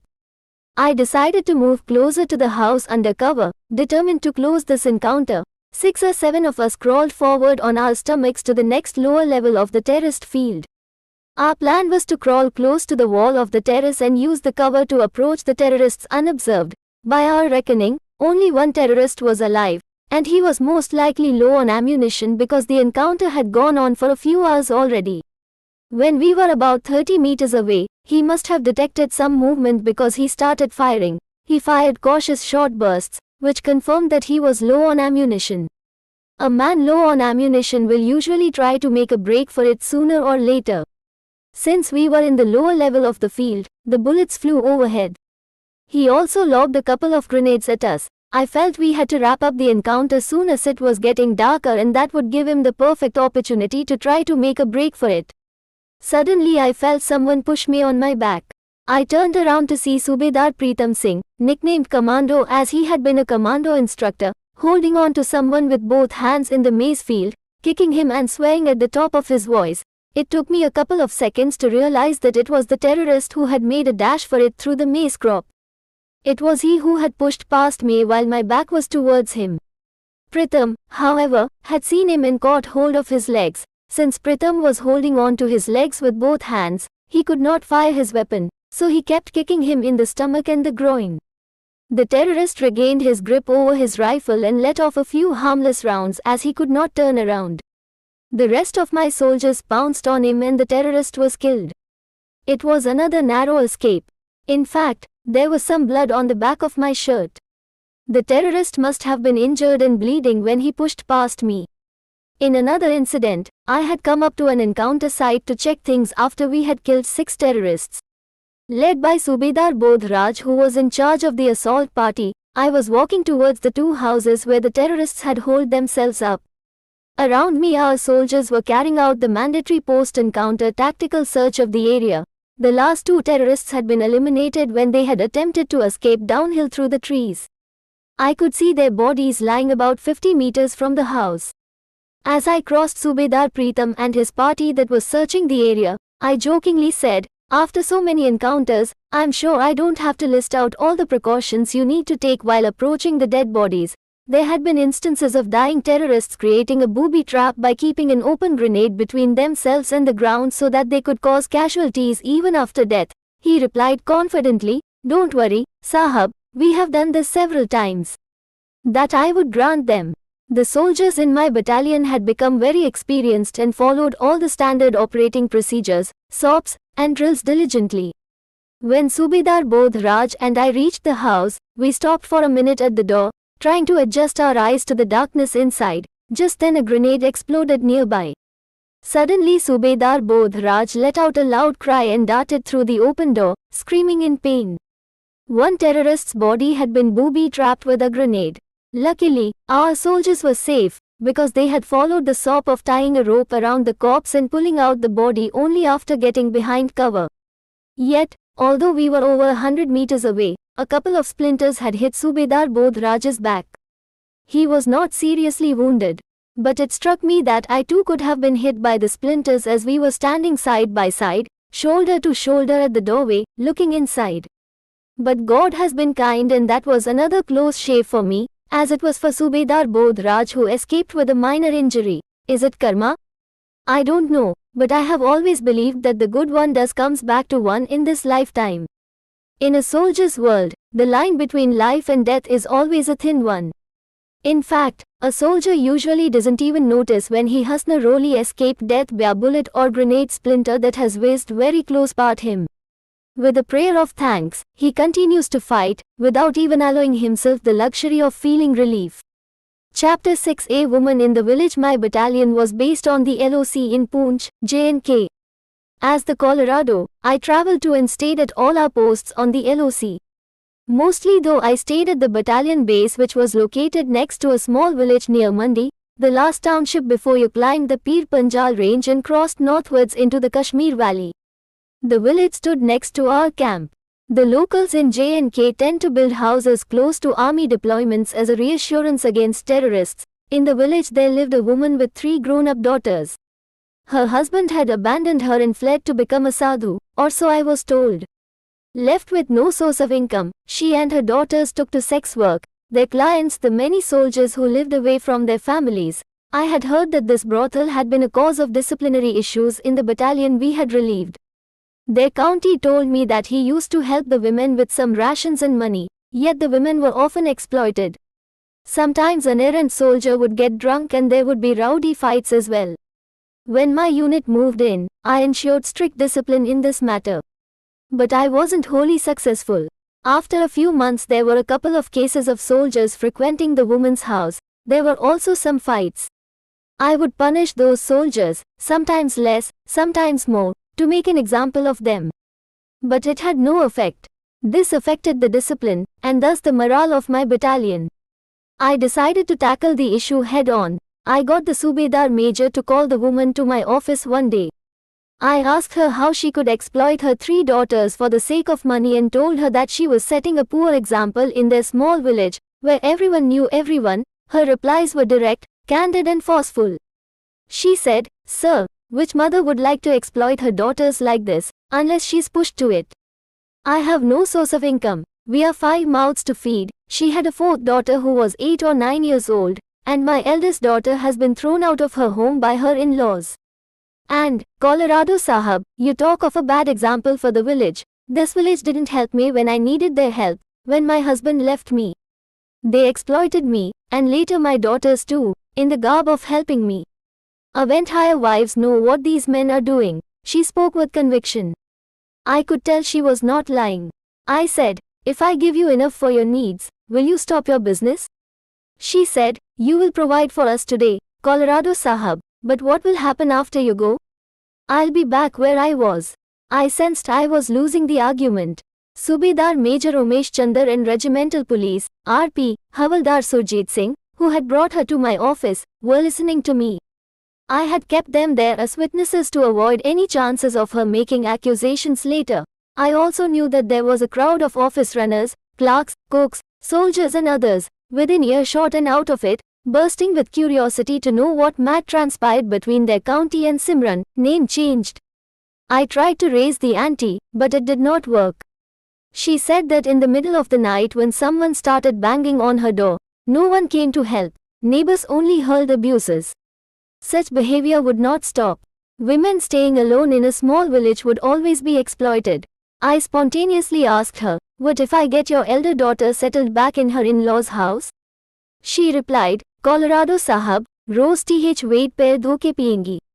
We had been conversing in Punjabi all along, and translated what she said means, "I'll wash your feet and drink that water every day." It's the ultimate expression of gratitude. Simran had had to bear a double stigma in the conservative rural society she lived in. She was not just a single mother who didn't have a man in the house to protect her, but her married daughter had also been thrown out of her husband's home because she could not fulfill the agreed terms of dowry. I had spoken without thinking and had no idea how I was going to accomplish this. But I could see that she had softened, and I decided to grab the opportunity. Do you want your 8-year-old to be exploited when she should be playing and studying? You'll make her a woman before her time. That touched her. Her youngest was studying in school.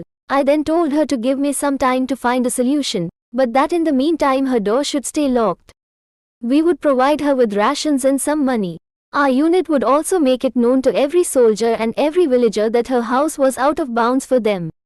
As a Colorado, I couldn't show that much for a few days, especially for a good cause. I was from the Jack Lee regiment, hence all the soldiers in my platoon were from J&K.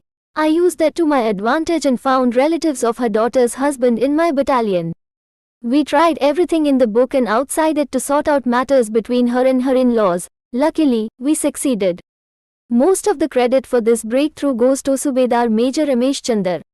He was a mature JCO and a superb mediator who worked hard to convince the husband's family to forgo the dowry. In rural communities, this was tough to pull off, but it helped that our battalion had soldiers, both serving as well as retired, from that village. When her daughter went back to live with her husband in her in-laws' house, Simran's joy knew no bounds. She came to thank me with tears in her eyes. Theni made her another offer. I asked her if she would like to be a special police officer to be posted at our unit main gate, which was also a thoroughfare for Mandi town. We needed a female officer to check the women passing through the gate. I had spoken to the superintendent of police and arranged for an additional vacancy, as the woman constable assigned to our unit was irregular in reporting for duty. Simran did not know what to say.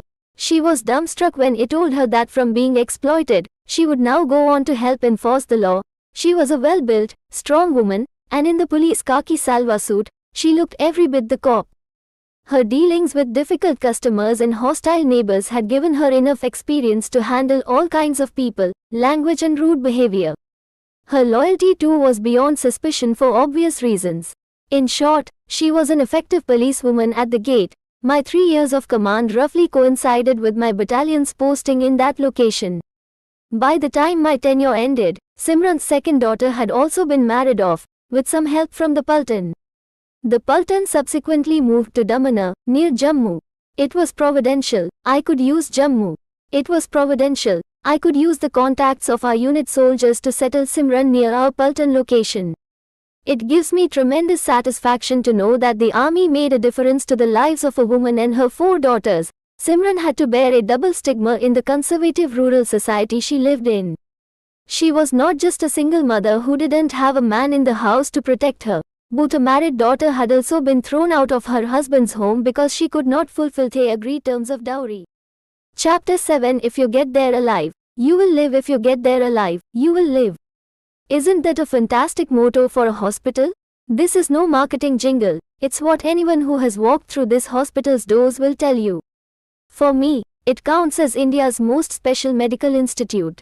Where is it? What is it called? I can hear you ask. Read on. Most cases in a hospital come from lifestyle diseases. This hospital gets more trauma cases than lifestyle diseases. Trauma cases are typically from road accidents or burn-related injuries. In this hospital, patients come in with gunshot wounds, injuries from landmine blasts and grenade, rocket and artillery splinter injuries.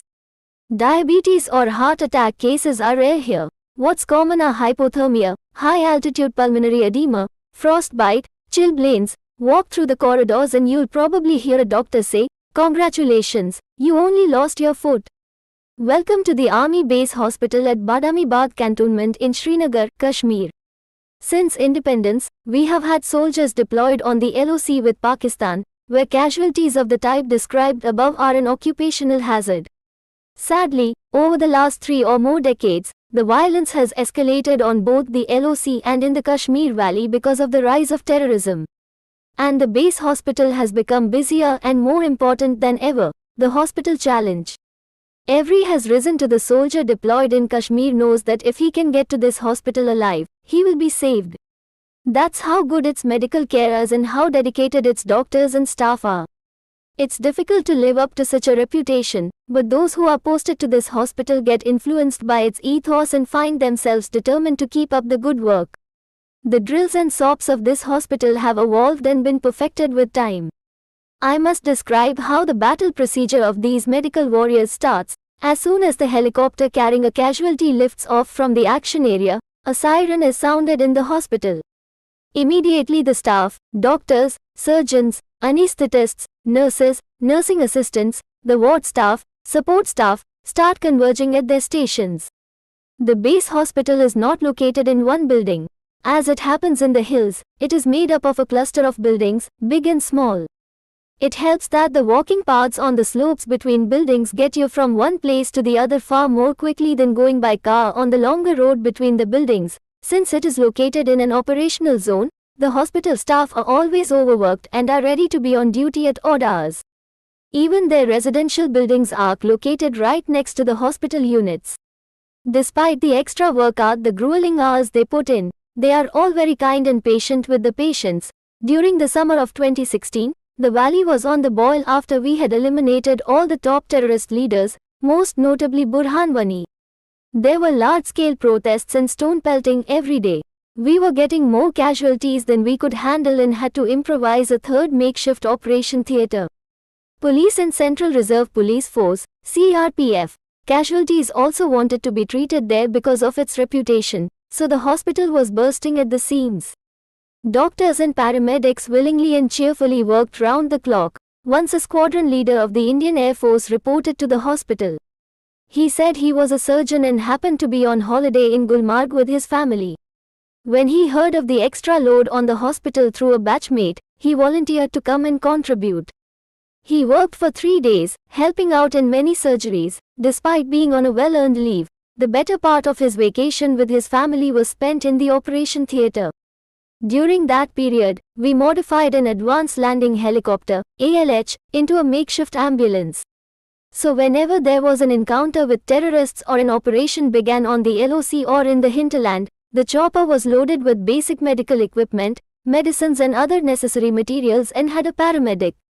Now the casualties could be given medical aid from the word go, as soon they arrived at the evacuation helipad. Getting medical help at the right time can save a wounded soldier's life, and we saved a lot of soldiers this way. Contrast this with the practice in my younger days, when we could evacuate a casualty by helicopter only during the day. So the wounded soldier had to wait at the LOC or in the area of operation till the next morning, as most operations took place during the night. Sometimes the weather would play truant the next day, which would delay things further. Quite often we would start evacuating the casualty by land, which involved carrying him down in a stretcher, walking for hours on the mountains through snow or heavy forest or both, and then finally getting the victim to an ambulance after reaching a road. In 2016, ALH Mark II, which had night flying capability, were inducted in the valley. This meant casualties could now be evacuated 24/7. It was a boon for the soldiers, a reassurance that hadn't been there before. However, it also meant that the medical warriors had to work 24/7. But they were not complaining. They were happy that they could save more wounded soldiers. I learned that on days when multiple military operations were taking place, they would anticipate casualties coming in and ensure their doctors and paramedic staff took breaks early in the day so they could be fresh on ready to work long hours when the soldiers were flown in. Once after a particularly violent military operation, I went to the helipad to meet the casualties. As their stretchers were being transferred from the helicopter to the ambulance, I told a young soldier, "Himmat rakhna, beta, Sab theek ho jayega, have courage, son, everything will be all right. He had multiple gunshot wounds and had lost a lot of blood, but he was conscious, although weak. He replied, "A flat कोई डर नहीं, साहब, मैं तो यहाँ जिंद पहुँच गया हूँ, अब तो जीऊंगा भी, और फिर से जा दूंगा भी, now I am not afraid, sir. I have reached here alive. Now I will live to fight again." What a sentiment. What Josh. Most cases in a hospital come from lifestyle diseases. In this hospital, diabetes or heart attack cases are rare. What's common? Wounds, landmine splinter, altitude, gunshot injuries from blasts, grenade injuries, high pulmonary edema, frostbite. Chapter 8. Don't call the soldier. When I was commanding my battalion on the LOC in J&K, my family stayed in Jammu. In the Indian Army, when a soldier is posted to a non-family station, his family can stay at a station of their own choice, in what is known as separated family accommodation. I was allotted a house in Sunjuvan cantonment on the bypass road near Bhatindi. A row of 12 houses had been earmarked as separated family accommodation. Mine was a corner house with a huge mango tree in front. All officers whose families were staying in this row were posted in different parts of J&K, which has mostly non-family army stations. For the benefit of the families, the army authorities installed a booth under the mango tree in which was installed a real object of desire, a telephone connected to the army lines of communication. The officers could speak to their families and vice versa. Please remember, in those days, I am talking about the 1990s, there were no mobile phones, and even landlines were fairly uncommon. Besides, it was hard to connect to army units in operational areas of J&K through the commercial landlines. This phone and the phone booth were the oral lifeline. Once when I was on leave, I noticed that in the evenings the area became like the village square. Ladies would come to the phone booth to make and receive calls, chatting with each other while waiting for their turn. Children would cycle or play as they waited to talk to their fathers. It had become the social center of the cantonment. But the atmosphere wasn't always so cheerful. Sometimes there was bad news. If someone had been injured in a firefight with terrorists or the enemy on the LOC, it darkened everyone's mood. Even the children would go silent. They could somehow guess the mood without being told the news. Bad news did not come often. But what did frequently linger around the mango tree was an atmosphere of suspense. Whenever an encounter started somewhere in the state, whether it was in Poonch or Rajouri or Doda, word would travel to the cantonment. Families knew something was happening, but since there were no mobile phones, details were not easy to come by until someone telephoned. During an encounter or operation, the unit does not entertain any call from outside. Even the county is not allowed to attend a call from his wife. So the women would anxiously wait for some news, some clarity about which area the operation was taking place in and whether their husband's unit was involved. The suspense remained until they learned that all was well. The anxiety and tension would be diffused, only to rise again the next day or the next week. My family stayed in that cantonment for over 3 years. 3 years and 3 months of suspense around the mango tree with a phone booth. 2 decades on, I visited the area as a tired officer with my wife and we went to that house. There was no phone booth anymore. The unit there had informed the officer occupying our old house of our visit, and he graciously invited us inside. We met the 2 families who lived there and laughingly told them about the phone booth, trying to describe what it had meant to us. I could see that they could not fully grasp the importance of the phone booth in our lives in those pre-mobile phone days. Communication, and a delay in it, no longer creates suspense. In fact, now there is an excess of communication, and that creates its own problems. Soldiers have mobile phones, their families have mobile phones, everyone does. In these days of instant accessibility, there is no concept of sleeping over things. The moment something agitates or excites someone, there is an urge for spontaneous sharing. This is not always healthy. There have been instances when a soldier's wife has had a difference of opinion with her in-laws, something that is commonplace. Instead of cooling off, she immediately picks up her mobile phone and calls her husband, who may be on an important assignment. If a soldier is on duty, let us say in an operational area, and gets such calls often while responsibilities dealing in with his operational pressures, it can create additional problems. After all, these soldiers always carry firearms in operational areas. They need to be calm and focused, not agitated or worried about domestic discord.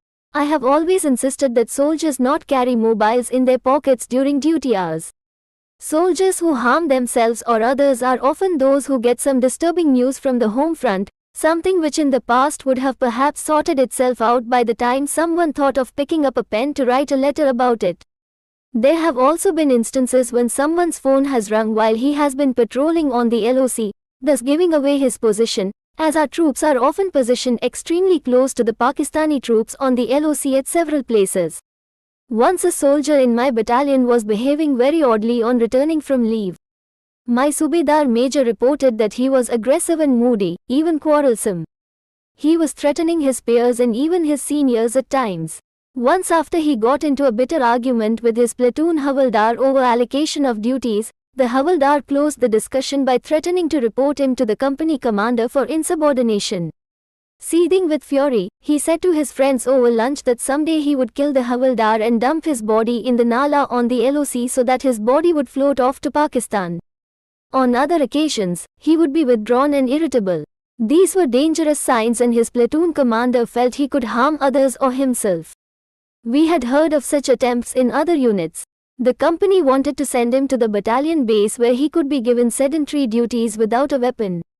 As is the norm, he was brought in for an interview with me before being sent away. There were about 8 or 10 other soldiers waiting for their county interview as well. They were there for different reasons, someone going for a training course or on leave, someone who had excelled in an operation. I used to step outside my office, stand in front of the interview parade, as it is called, and talk to the soldiers one by one. I had instructed the Subedar Major to have this soldier placed at the end of the line, so that he would be the last man I talked to that day. When I finished interviewing everyone, I came to Rifleman Trilok Singh, name changed, and said, "Haan, Trilok, kya problem hai, what's the problem?" He replied, "Kuch nahi, Sahab, nothing, sir. I heard you've been threatening people in your company post, saying you'll shoot anyone who acts funny with you." He uttered a meek no, but was clearly agitated and fidgety. "Ye sab mere ko tang karte hain, they all trouble me," I said sharply and loudly. "Does that mean you will shoot someone? Whom do you want to shoot? SM Sahab here, or me? Who else?" I took the rifle from an armed soldier who was standing nearby and thrust it into his hands. "Go ahead, shoot. Shoot whoever you want. Chalao goli," I said. There was pin-drop silence. Everyone was stunned. A soldier from the QRT who was standing in front of the adjutant office moved in front of me to try and protect me. I waved him off. Other soldiers on parade were apprehensive. A few clerks talking softly in the corridor froze like statues. All eyes, including mine, were locked on Trilok. Trilok didn't know how to react. Then Trilok crumbled. He said, "Galti ho gayi, sir. I've made a mistake, sir." I took the rifle away, put my arm around his shoulder and said, "I'm like your elder brother. Tell me what's bothering you. Let's go into my office." He had tears in his eyes. Later, in the presence of the Subedar Major, he opened up about a domestic quarrel, some financial issues, and his perceived victimization by the company Havaldar Major, who he felt was giving him all the tough tasks. We talked to him and reassured him. The Subedar Major even offered to mediate in his domestic issues, if need be. Rifleman Trilok Singh left my office with far more peace of mind than he had had in days. Later that night, in the office's mess, the unit medical officer asked me, "Sir, since he was somewhat unstable, what if he had opened fire at everyone there?" I smiled. In that case, he would certainly have been court-martial-led for giving him a weapon. Then why did I risk it, he wanted to know. To which I replied, the bullets had been taken out of the rifle that was given to him. I obviously can't risk the lives of everyone. Every situation in the field throws up its own dynamics, and there are no set-piece solutions. I often wonder what would have happened if Trilok had tried to fire the rifle at me or others. While no harm would have been caused, as there were no bullets in the magazine, would he have been guilty of manslaughter? I haven't been able to answer that yet. No harm would have been caused, as there were no bullets in the magazine. Would he have been guilty of manslaughter? I haven't been able to answer that yet. I have always insisted that soldiers not carry mobiles in their pockets during duty hours. Soldiers who harm themselves or others are often those who get some disturbing news from the home front, something which in the pre-mobile phone past would have sorted itself out by the time someone thought of picking up a pen to write a letter about it. One of his unit officers recalled that Gopi probably had a premonition of his short life. He had once teasingly asked this brave young officer why he didn't get married. Gopi's reply was, "Sir, I wish I had a long life." A few months later he laid down his life for the nation. In the army we hold on to our memories of colleagues. Gopi probably had a premonition of his short life. He had once teasingly asked this brave young officer why he didn't get married. Gopi's reply was, "Sir, I wish I had a long life." A few months later he laid down his life for the nation. In the army we hold on to our memories of colleagues, the conversations we had with them and the battles fought alongside them more strongly and closely than we do the memories of our families. A salute to the brave heart. As a commando instructor, I used to train the attendees to catch snakes and cook and eat them as part of the jungle survival practice. You had to use a forked stick to catch the snake by its neck and then hold its neck to prevent it from biting. Cobras are the favored snake for this demonstration. The snakes are neither defanged nor drugged, though there are occasions when the demonstration is done using non-venomous snakes because poisonous snakes can't be found. This demonstration was also conducted for NCC cadets and students of military schools. During one such demonstration for around 300 students at an All India military school camp, I was asked to show them how to catch a snake with an ordinary stick if a forked stick could not be found. While conducting this training, one of the boys asked, "Sir, that's a non-poisonous snake. Can you catch a poisonous snake with a straight stick?" I used to catch poisonous snakes like cobras and vipers only with a forked stick. Normally one would not try a straight stick on a cobra. Since it was risky, we gave this demo on a rat snake because it was non-poisonous. This was the SOP, but I thought to myself that these young students would go back to their schools in different parts of the country and talk deprecatingly about a commando instructor being scared to catch a cobra in the manner that he preached. So, much against my good sense, I went ahead and tried to catch one. I managed to do it, but it wasn't easy. They all clapped, and I, who had held my breath, heaved a sigh of relief.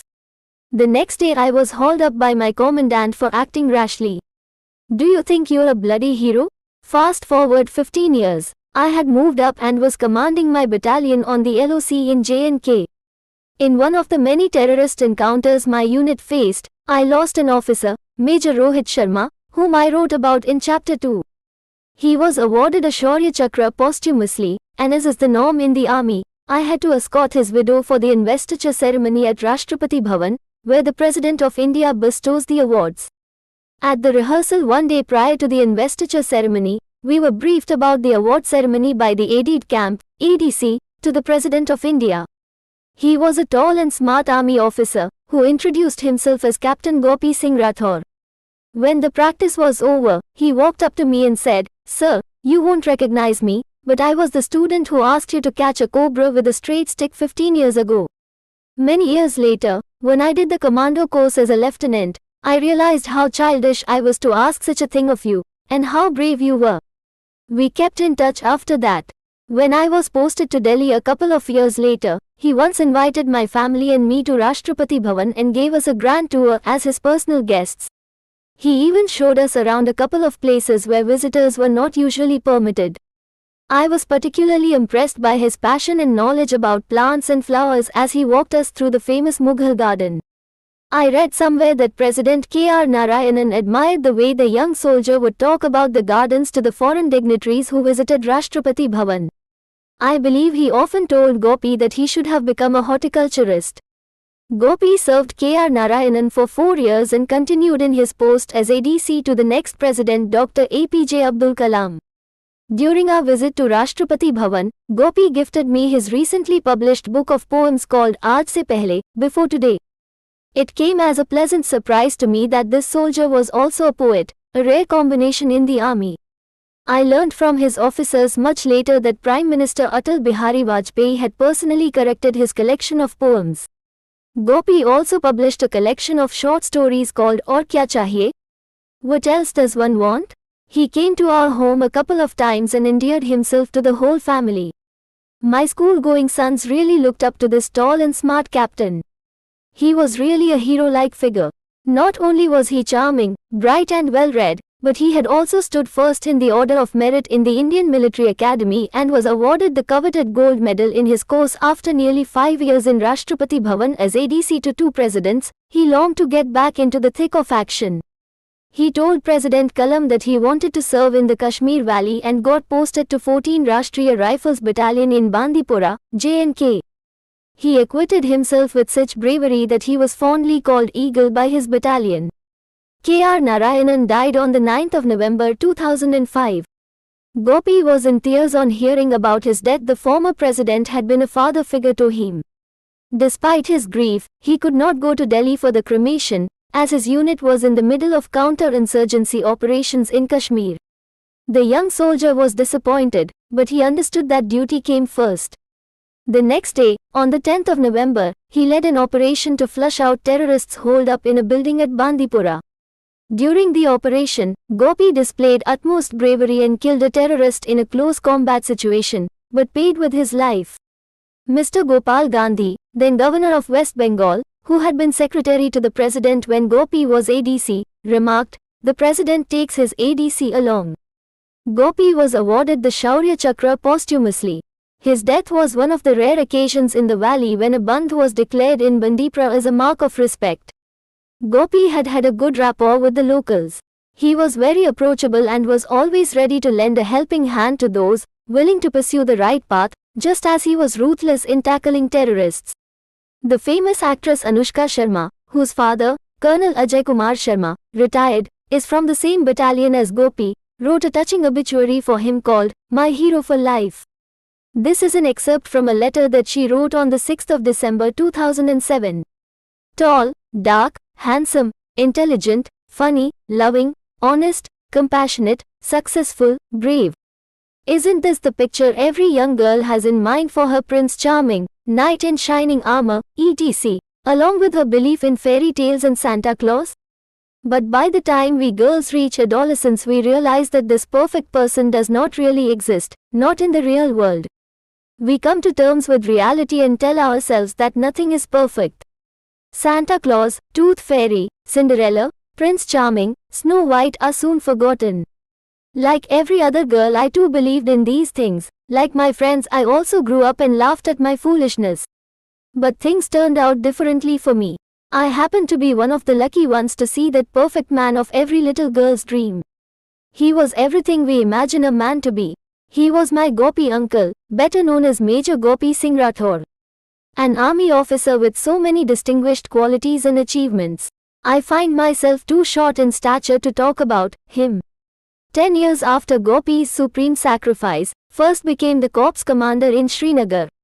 I was delighted to see that a Major Gopi Singh Rathore, Shaurya Chakra, posthumous, memorial football tournament was still being held in Bandipora every year in his honor.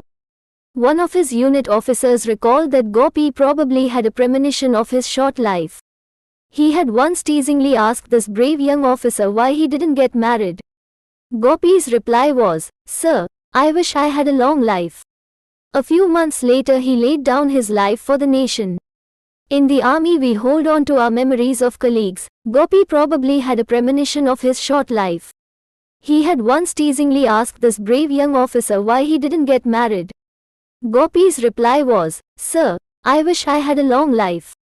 A few months later he laid down his life for the nation. In the army we hold on to our memories of colleagues, the conversations we had with them and the battles fought alongside them more strongly and closely than we do the memories of our families. A salute to the brave heart. As a commando instructor, I used to train the attendees to catch snakes and cook and eat them as part of the jungle survival practice. Chapter 10 Tough Times Don't Last, Tough People Do We Make Men Out of Boys reads a large board at the entrance of the commando wing, the infantry school, Belgaum, a town on the western coast of India that lies between Panji and Kolhapur. It is here that India's fittest and finest soldiers undergo a 33-day commando course designed to test their endurance to the limit, both emotionally and physically. If they pass it, they enter the elite of the Indian Armed Forces. The Indian Army Commando Course is considered one of the toughest in the world. When I was posted here as a commando instructor in the mid-1980s, An American officer left the course midway saying it was inhuman. Most Indian officers who go for their Rangers course, the American equivalent of the Indian Commando course, end up doing very well, and several of our officers have topped the course. During the Commando course, special skills are imparted to the soldiers. It's all about the extremes your body and mind can handle. The Commandos, as the students are known, be they officers or soldiers, are constantly reminded that tough times don't last, but tough people do. Weapon training is the bread and butter of a soldier. While firing skills mark the foundation for any soldier, it is his expertise in this that graduates him into becoming a commando. In advanced stages of weapon training, a soldier learns how to strip or assemble a rifle or pistol blindfolded. Why does he need to do this? Because there may be a defect in his gun at night, or he may not be able to use his torchlight for fear of being spotted by the enemy. He must thus have the ability to be able to rectify the fault in the dark. He is also trained in ambidextrous firing, using both hands and shoulders, firing on the move and peripheral vision firing. These disciplines of firing are essential for the survival of a commando and help him in various combat situations. Basic military training for any soldier also includes physical fitness. In the commando course, these skills are honed to the next level. In the course, commandos are trained to jump from 12-foot high walls, walk on narrow platforms and beams 50 feet high, slither down from helicopters hovering 15 meters above the ground and run long distances of 10, 20, 30 and 40 kilometers progressively, while carrying their complete battle load and personal weapons of 22.5 kilos. By the end of the course, they're basically running a marathon carrying a heavy load. Speed marches, as these endurance runs against time are called, are a grueling exercise. An even more grueling training session is marching across country as part of a team carrying out a mock raid or attack. Once while walking with a team, one instructor always accompanies the commandos to bring out the lessons learned from the training session. I recall seeing two commandos lying down flat next to a stream and lapping up the water like animals. That was the level of thirst and fatigue. The aim of this extreme endurance training is to test whether the human mind can triumph over the human body. I recall a few instances where soldiers did not let fractures deter them from completing their route march so that their teams would not be disqualified. This is only training, you might feel. Why do they have to kill themselves to win? It's not war, so why is it so important to win? It is a question of attitude. In my profession there are no runners-up. Those who don't win often end up dead. At the end of the course, small teams are formed and sent into jungles and mountains to strengthen their jungle survival techniques. This final challenge is the hardest of all. During such exercises, the commandos' biological clocks are reversed. They operate in the night. Most operations behind enemy lines are conducted under cover of darkness, and rest by day, that too in turns. They are made to do things they haven't done before. Commandos are taught how to draw water out of a succulent cactus or the sap of a tree by placing a polythene sheet overnight in a manner that it collects water through condensation by morning. They learn to cook directly over fire in the absence of a cooking range and pots and pans by wrapping foodstuff in a broad banana leaf or other such leaves and then covering it in a mud paste. This is how one can roast or bake meat, depending on what you can catch. As part of the jungle survival practice, among other subjects, I used to train the commandos to catch snakes and cut, cook and eat them, as mentioned in Chapter 9. Why snakes, you might ask? Surprisingly, a snake is easy to catch, cut and cook, and it is tasty, just like fish. Once you learn how to do it, you realize how tough it is to catch a deer or a hare or even a jungle fowl without help. At the end of 4 days, the commandos are put through an interesting exercise to give them practice in escape and evasion. They are told that they are prisoners of war who have escaped from the prison. They have to return to the commando school 50-odd kilometers away, while all the instructors and staff act as the enemy looking for them. If they are caught, they are taken a few kilometers further in a vehicle and set free, only to start all over again. The commandos do this in buddy pairs. They also have to fend for food by using all the jungle survival techniques taught to them. Prudence lies in sticking to mountain and jungle routes, as the instructors tend to be near roads. Needless to say, that's much harder. Several commandos come up with ingenious methods to deal with this challenge. When I was training to be a commando, Two of my batchmates did not return from the exercise at all. A whole day passed with no news of them. We were all beginning to get a little worried. Later in the night, they returned sheepishly and related their tale. They got too creative and caught a bus in their fatigues and battle loads. To escape detection, they climbed up to the rooftop luggage rack. Utterly exhausted, they drifted into a deep sleep, and did not wake up until TL1E bus reached its destination, Goa. Never before had anyone been so regretful of taking a bus to this holiday destination. I have been a commando instructor, and so I get carried away when I talk about the course. But the truth is that we lay a lot of emphasis on training in general in the Indian Army. As a result, it's a very professional force. Have you ever wondered why it is that whenever there is a disaster, natural or man-made, the army is called to help? While the army is the instrument of last resort, it often ends up being the first responder, despite the fact that there are several forces and organizations like the National Disaster Response Force, NDRF, the State Disaster Response Fund, SDRF, and other paramilitary troops. Essentially, we live and die by the old adage, the more you sweat in peace, the less you will bleed in war. Talking of blood and sweat, allow me to end with an anecdote about both. As a commando instructor, there was one python I used to catch a couple of times a week while giving demonstrations to students or visiting dignitaries. Normally, a snake would be restless if I caught its tail or tapped its head with a stick. However, the python was surprisingly comfortable when I would hold it with a stick or catch its neck. In fact, after a while it would slither towards its terrarium once I had finished the demonstration, without me needing to put it back.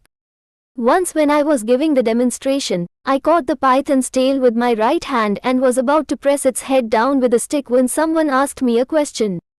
The snake's head was still free. Its familiarity and docility had made me a bit casual. When I turned to answer the question, the snake suddenly turned around and bit my finger. I quickly caught its neck with my left hand. It coiled the rest of its body around my arm.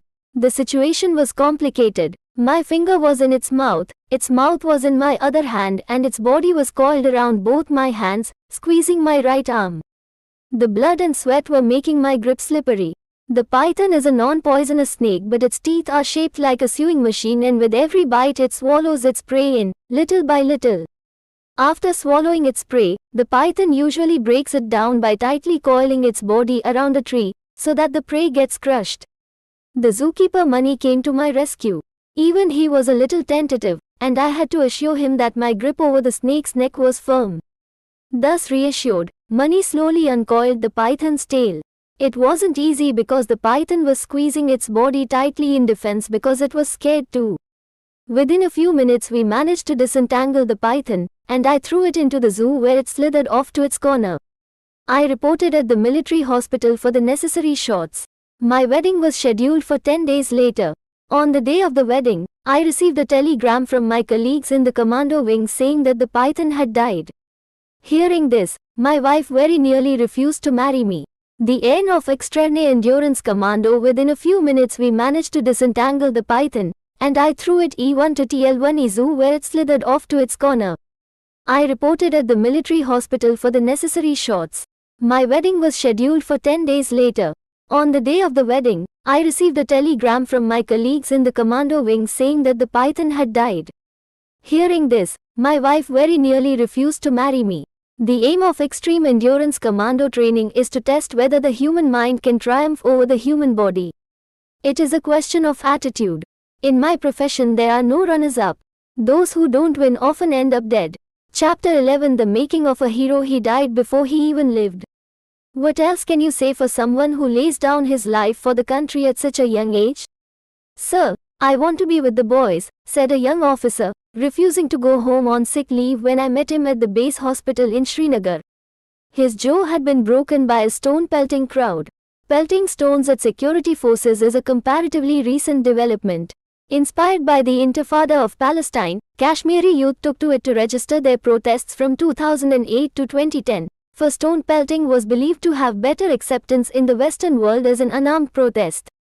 Later, in 2015, Kashmiris started stone pelting during encounters between security forces 11D terrorists. The stone pelters distracted security forces, warned the terrorists in advance and sometimes even assisted them in escaping. While pelters are considered unarmed, stone pelting is violent, viciously violent. I saw its consequences often. As the corps commander of the Srinagar-based 15 Corps, fondly called Chinar Corps, I frequently met patients at the base hospital in Badami Bagh cantonment, the military headquarters. I saw all types of cases: gunshot wounds, grenade splinter injuries, terrible frostbite and cases of depression. The injuries caused by stone pelting were no less than any of these. My soldiers often asked me how to deal with stone pelting, especially when women and children were doing the throwing. I always found this question tough to answer. After all, soldiers have deadly weapons to defend themselves, ones that fire lethal bullets. In inflamed situations, even a single bullet can cause an outbreak. We really depend on the ingenuity and patience of the soldiers and their leaders to get out of these situations without letting them flare up. While handling such tricky conditions, many of our soldiers would get seriously injured. One such officer was young Captain Pawan Kumar, who I met on 4 or the 5th of February 2016, while he was admitted at the base hospital. He was returning with his team after a successful encounter with terrorists in South Kashmir, where they had eliminated 4 terrorists. On their way back, they were surrounded by a mob that started pelting stones at them. Exercising utmost restraint, he extricated his team without firing a single shot, as there were children and women in the mob. However, his restraint meant he was left with a few injuries, including a fractured jaw, which was wired up when I met him. The county of the base hospital told me that the young man had been advised to go home on 4 weeks of sick leave, but he was refusing to do so. In the army, if a patient does not require constant medical care but only rest, he is sent home on sick leave. When I asked him why he did not want to go home, he simply said, "Sir, I want to be with the boys." I couldn't help smiling as I looked at this young man who wanted to return to his boys, each of whom were trained SF soldiers, all older than him and more experienced. I asked him his age. He was all of 23. He was younger than my younger son, and his enthusiasm was so infectious that I impulsively broke protocol and ruffled his hair, saying, "Happy hunting, son. Let him do what he wants, Doc," I told the commandant of the base hospital before leaving. A fortnight later, I saluted Pawan's mortal remains in a casket. I was overwhelmed. It was a huge operation. The biggest hostage situation during my tenure as General Officer Commanding, GOC, of the Srinagar-based Chinar Corps was on the 20th of February 2016. 4 Lashkar-e-Taiba terrorists armed with Alaska 47 assault rifles, hand grenades and explosives attacked a CRPF convoy on the main road linking Srinagar to Jammu, killing 2 policemen on a civilian. The terrorists then took refuge in a huge entrepreneurship development institute building and took scores of hostages. The first priority of the army was to evacuate civilians to safety. However, the militants responded with automatic gunfire and hand grenades. A fierce battle ensued with heavy exchange of fire from both sides. Our soldiers rescued over 60 hostages safely, all Kashmiri men and women. I ruefully recall that it was Kashmiri youth who had injured Pawan, but that did not make him biased or deter him and his comrades. The young captain led his men from the front and engaged the terrorists courageously. The terrorists were very well prepared. They had blasted off several walls and created obstructions in corridors, sometimes using heavy furniture. This blocked our soldiers when they rushed in and precluded the use of robots and rolling ball cameras that could relay the terrorists' position. Nevertheless, our men entered the building, and in the close combat battle, Captain Pawan Kumar was seriously injured. Refusing to be evacuated, he continued to fight till he could. He later succumbed to his injuries. Captain Pawan Kumar, Captain Tushar Mahajan and Lance Naik Om Prakash, all commandos, laid down their lives. While I have narrated only Pawan's story as I had met him at the hospital, the others were no less brave. In fact, in every operation, there are always many unsung heroes who acquit themselves with utmost bravery. Not everyone can be given medals. Captain Pawan Kumar, however, was awarded the Shaurya Chakra Gallantry Award on the 15th of August 2016 for his exceptional courage, fighting spirit and supreme sacrifice. But there is an equally big hero in this story, Captain Pawan's father, Mr. Rajbir Singh. He said at his cremation, and NI reported it in the news, "I had only one child. I gave him to the army. No father can be prouder. Can you expect anything less from the son of such a brave father? What makes heroes out of simple boys from our country's small towns and villages? A child picks up his first values at home. A boy from Haryana, Pawan was the son of a school teacher. As a child, Pawan was not much into sports and outdoor activities. Initially he wanted to be an engineer. Later, after he finished his schooling, he secured admission in Ramjas College for a BSc in Maths Honours. Meanwhile, one of his cousins who had joined the NDA had come home during his vacation. Listening to his cousin's stories of the NDA and army life, Pawan was inspired to join too. His father told me that he and his wife were initially reluctant to send him into the army. But on his continued insistence, they relented, allowing him to join as an Air Force cadet only, as they felt army life was more risky. After his interview at the Services Selection Board in Mysore, he went to Bangalore for the medical tests. There he was rejected temporarily because his eyesight did not meet the required standards, and he had to appear for another medical examination. He then rang up his father and pleaded with him to let him apply for the army as he met the medical standards of the army. In the face of Pawan's persistence and enthusiasm, his father gave in. I think Pawan was hell-bent on joining the army. When he decided to take the entrance exam for the NDA, he was grossly overweight. It is a tribute to his determination that he reduced his weight by 22 kilos, from 86 kilos to 64 kilos, no mean feat. That was when his father realized his son had true grit. Pawan was commissioned in December 2013 into 7 Dogra, an excellent battalion. While he was happy to be in the infantry, Pawan aspired to become a para commando. But his county was reluctant to let him go because he did not want to lose a good officer. Pawan was the cross-country team captain, and during the championship he took his team to victory. Pleased with the team's performance, and with Pawan's role in it, the county consented to young Pawan applying for a change into an SF unit. On the 28th of February 2015, Pawan reported to a para, SF, battalion in the desert for a 3-month probation training and test. The probation is extremely grueling, testing your physical endurance, mental robustness and tactical abilities, not to mention weapon handling and firing, under stress and strain. The young soldier came out with flying colors and he was accepted as an SF officer of the elite para, SF, battalion who were trained specially for desert warfare. Donning his maroon beret and the commando's Balidan badge, Captain Pawan Kumar's deepest wish had come true. He would write animatedly about his training and experiences to his father. His father recalls how thrilled he was when he learned to parachute in the Trainier 1 Gram school at Agra, a 11D. What a high he felt jumping from an aircraft midair. The young soldier had a real thirst for challenges. In September, Pawan was deployed with his team in the counter-terrorist operations in J&K. His father remembers that it was on 4 October 2015 that Pawan participated in his first encounter with terrorists, and they had a very successful operation. The young para commando had moved from the harsh but clean world of training into the real world of blood, sweat and tears. He was now baptized into combat.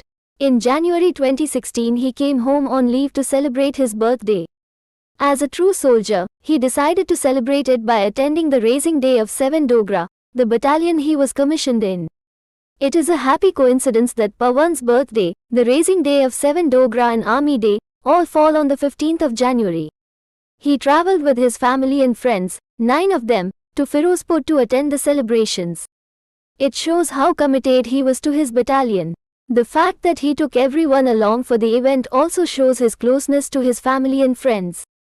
As I interacted with his father, I slowly began to understand how Pawan was motivated to join the army, how he set about it with determination and how he beckoned one fearless.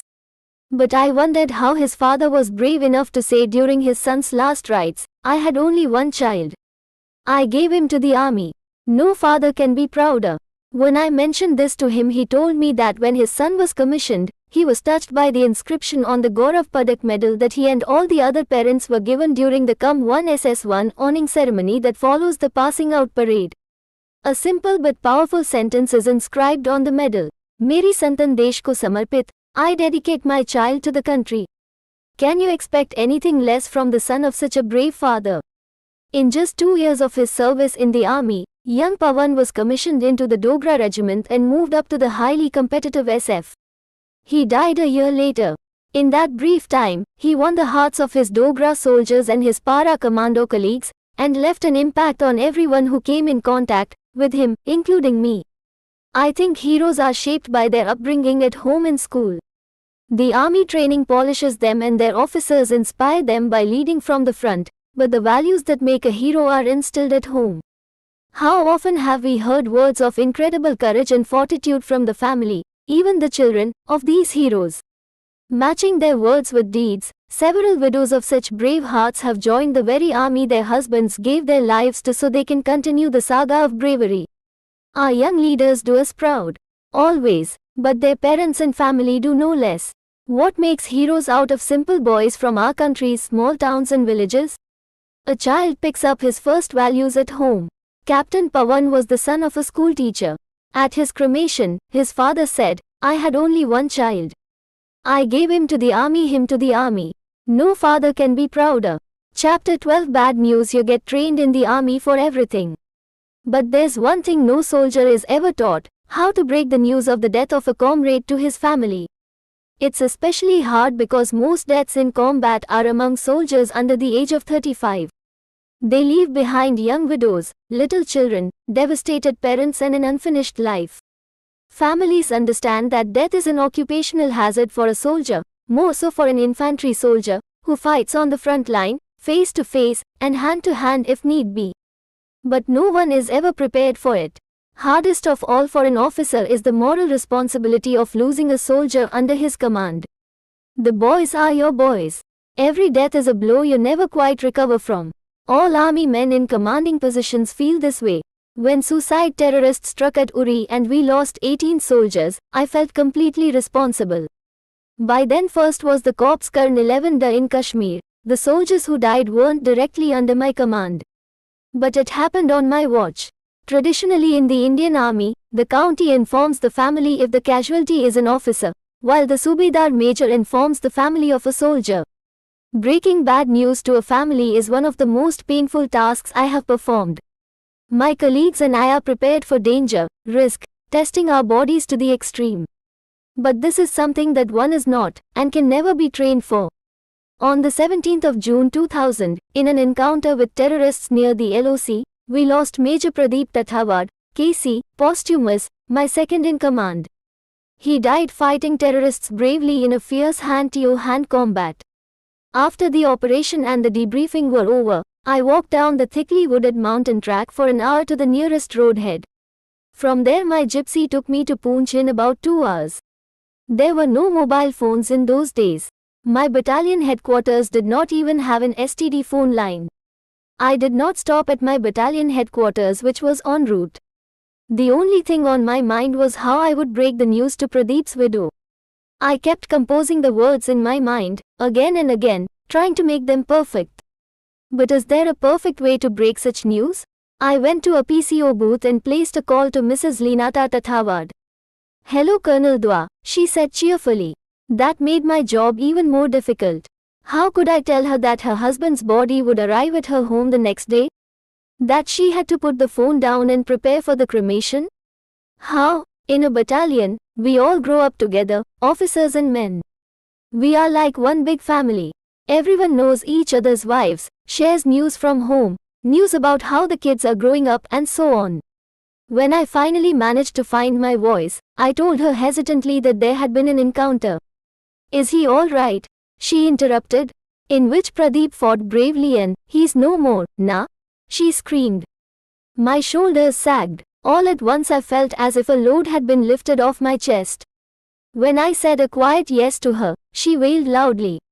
"Aye, aapne unko kyun bheja, oh God, why did you have to send him for the operation?" The load returned, bearing down even harder on me. I was finding it hard to breathe, and it had nothing to do with the suffocatingly small size of the PCO booth. Her cry of pain will remain with me forever. She was not in a condition to talk anymore. Frankly, nor was I, as I was dealing with my own grief of having lost a friend and a colleague of nearly 2 decades. Different people react differently to bad news. Not everyone can be as stoic as Captain Pawan's father, who said at his son's cremation, "I had only one child. I gave him to the army." Chapter 11. In fact, sometimes different members of the same family react differently too. When I went to Jalandhar to the house of late Major Rohit Sharma, I had a very different experience, but no less poignant. I have written in chapter 2 about the time we lost Rohit in our first encounter with terrorists when I had just been made Colorado. When I reached the Sharma home in Model Town, a posh locality of Jalandhar, all the family members had very different reactions. Rohit's wife, Nivedita, was a young lady in her mid-20s. They had been married for only 2 years. She mostly sat still like a ghost throughout our interaction, even her tears seemed to have dried up.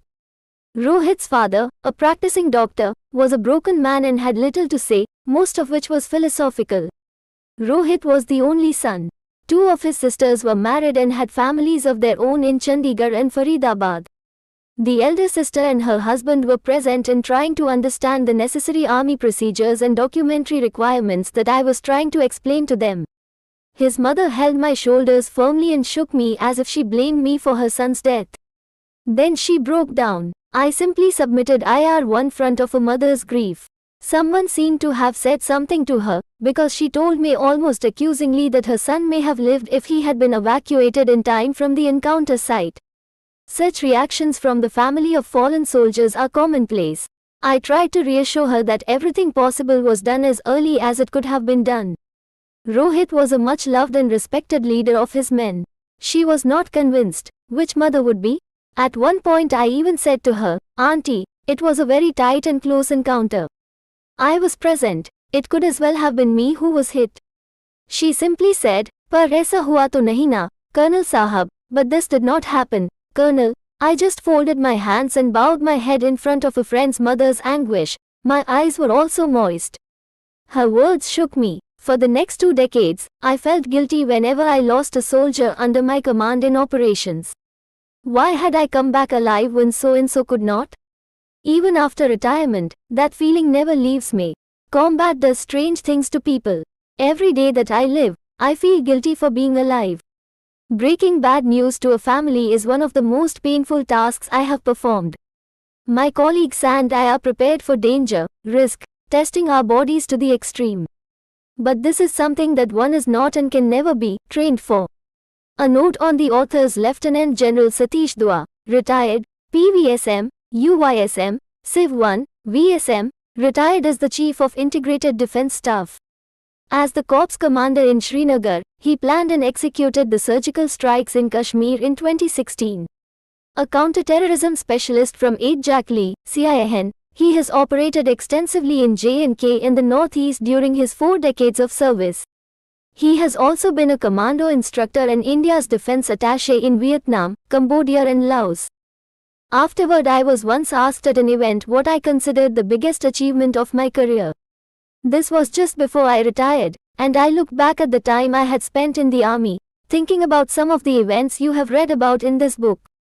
My mind went over the high points, from the now famous surgical strike to the operational successes, awards, promotions and placements.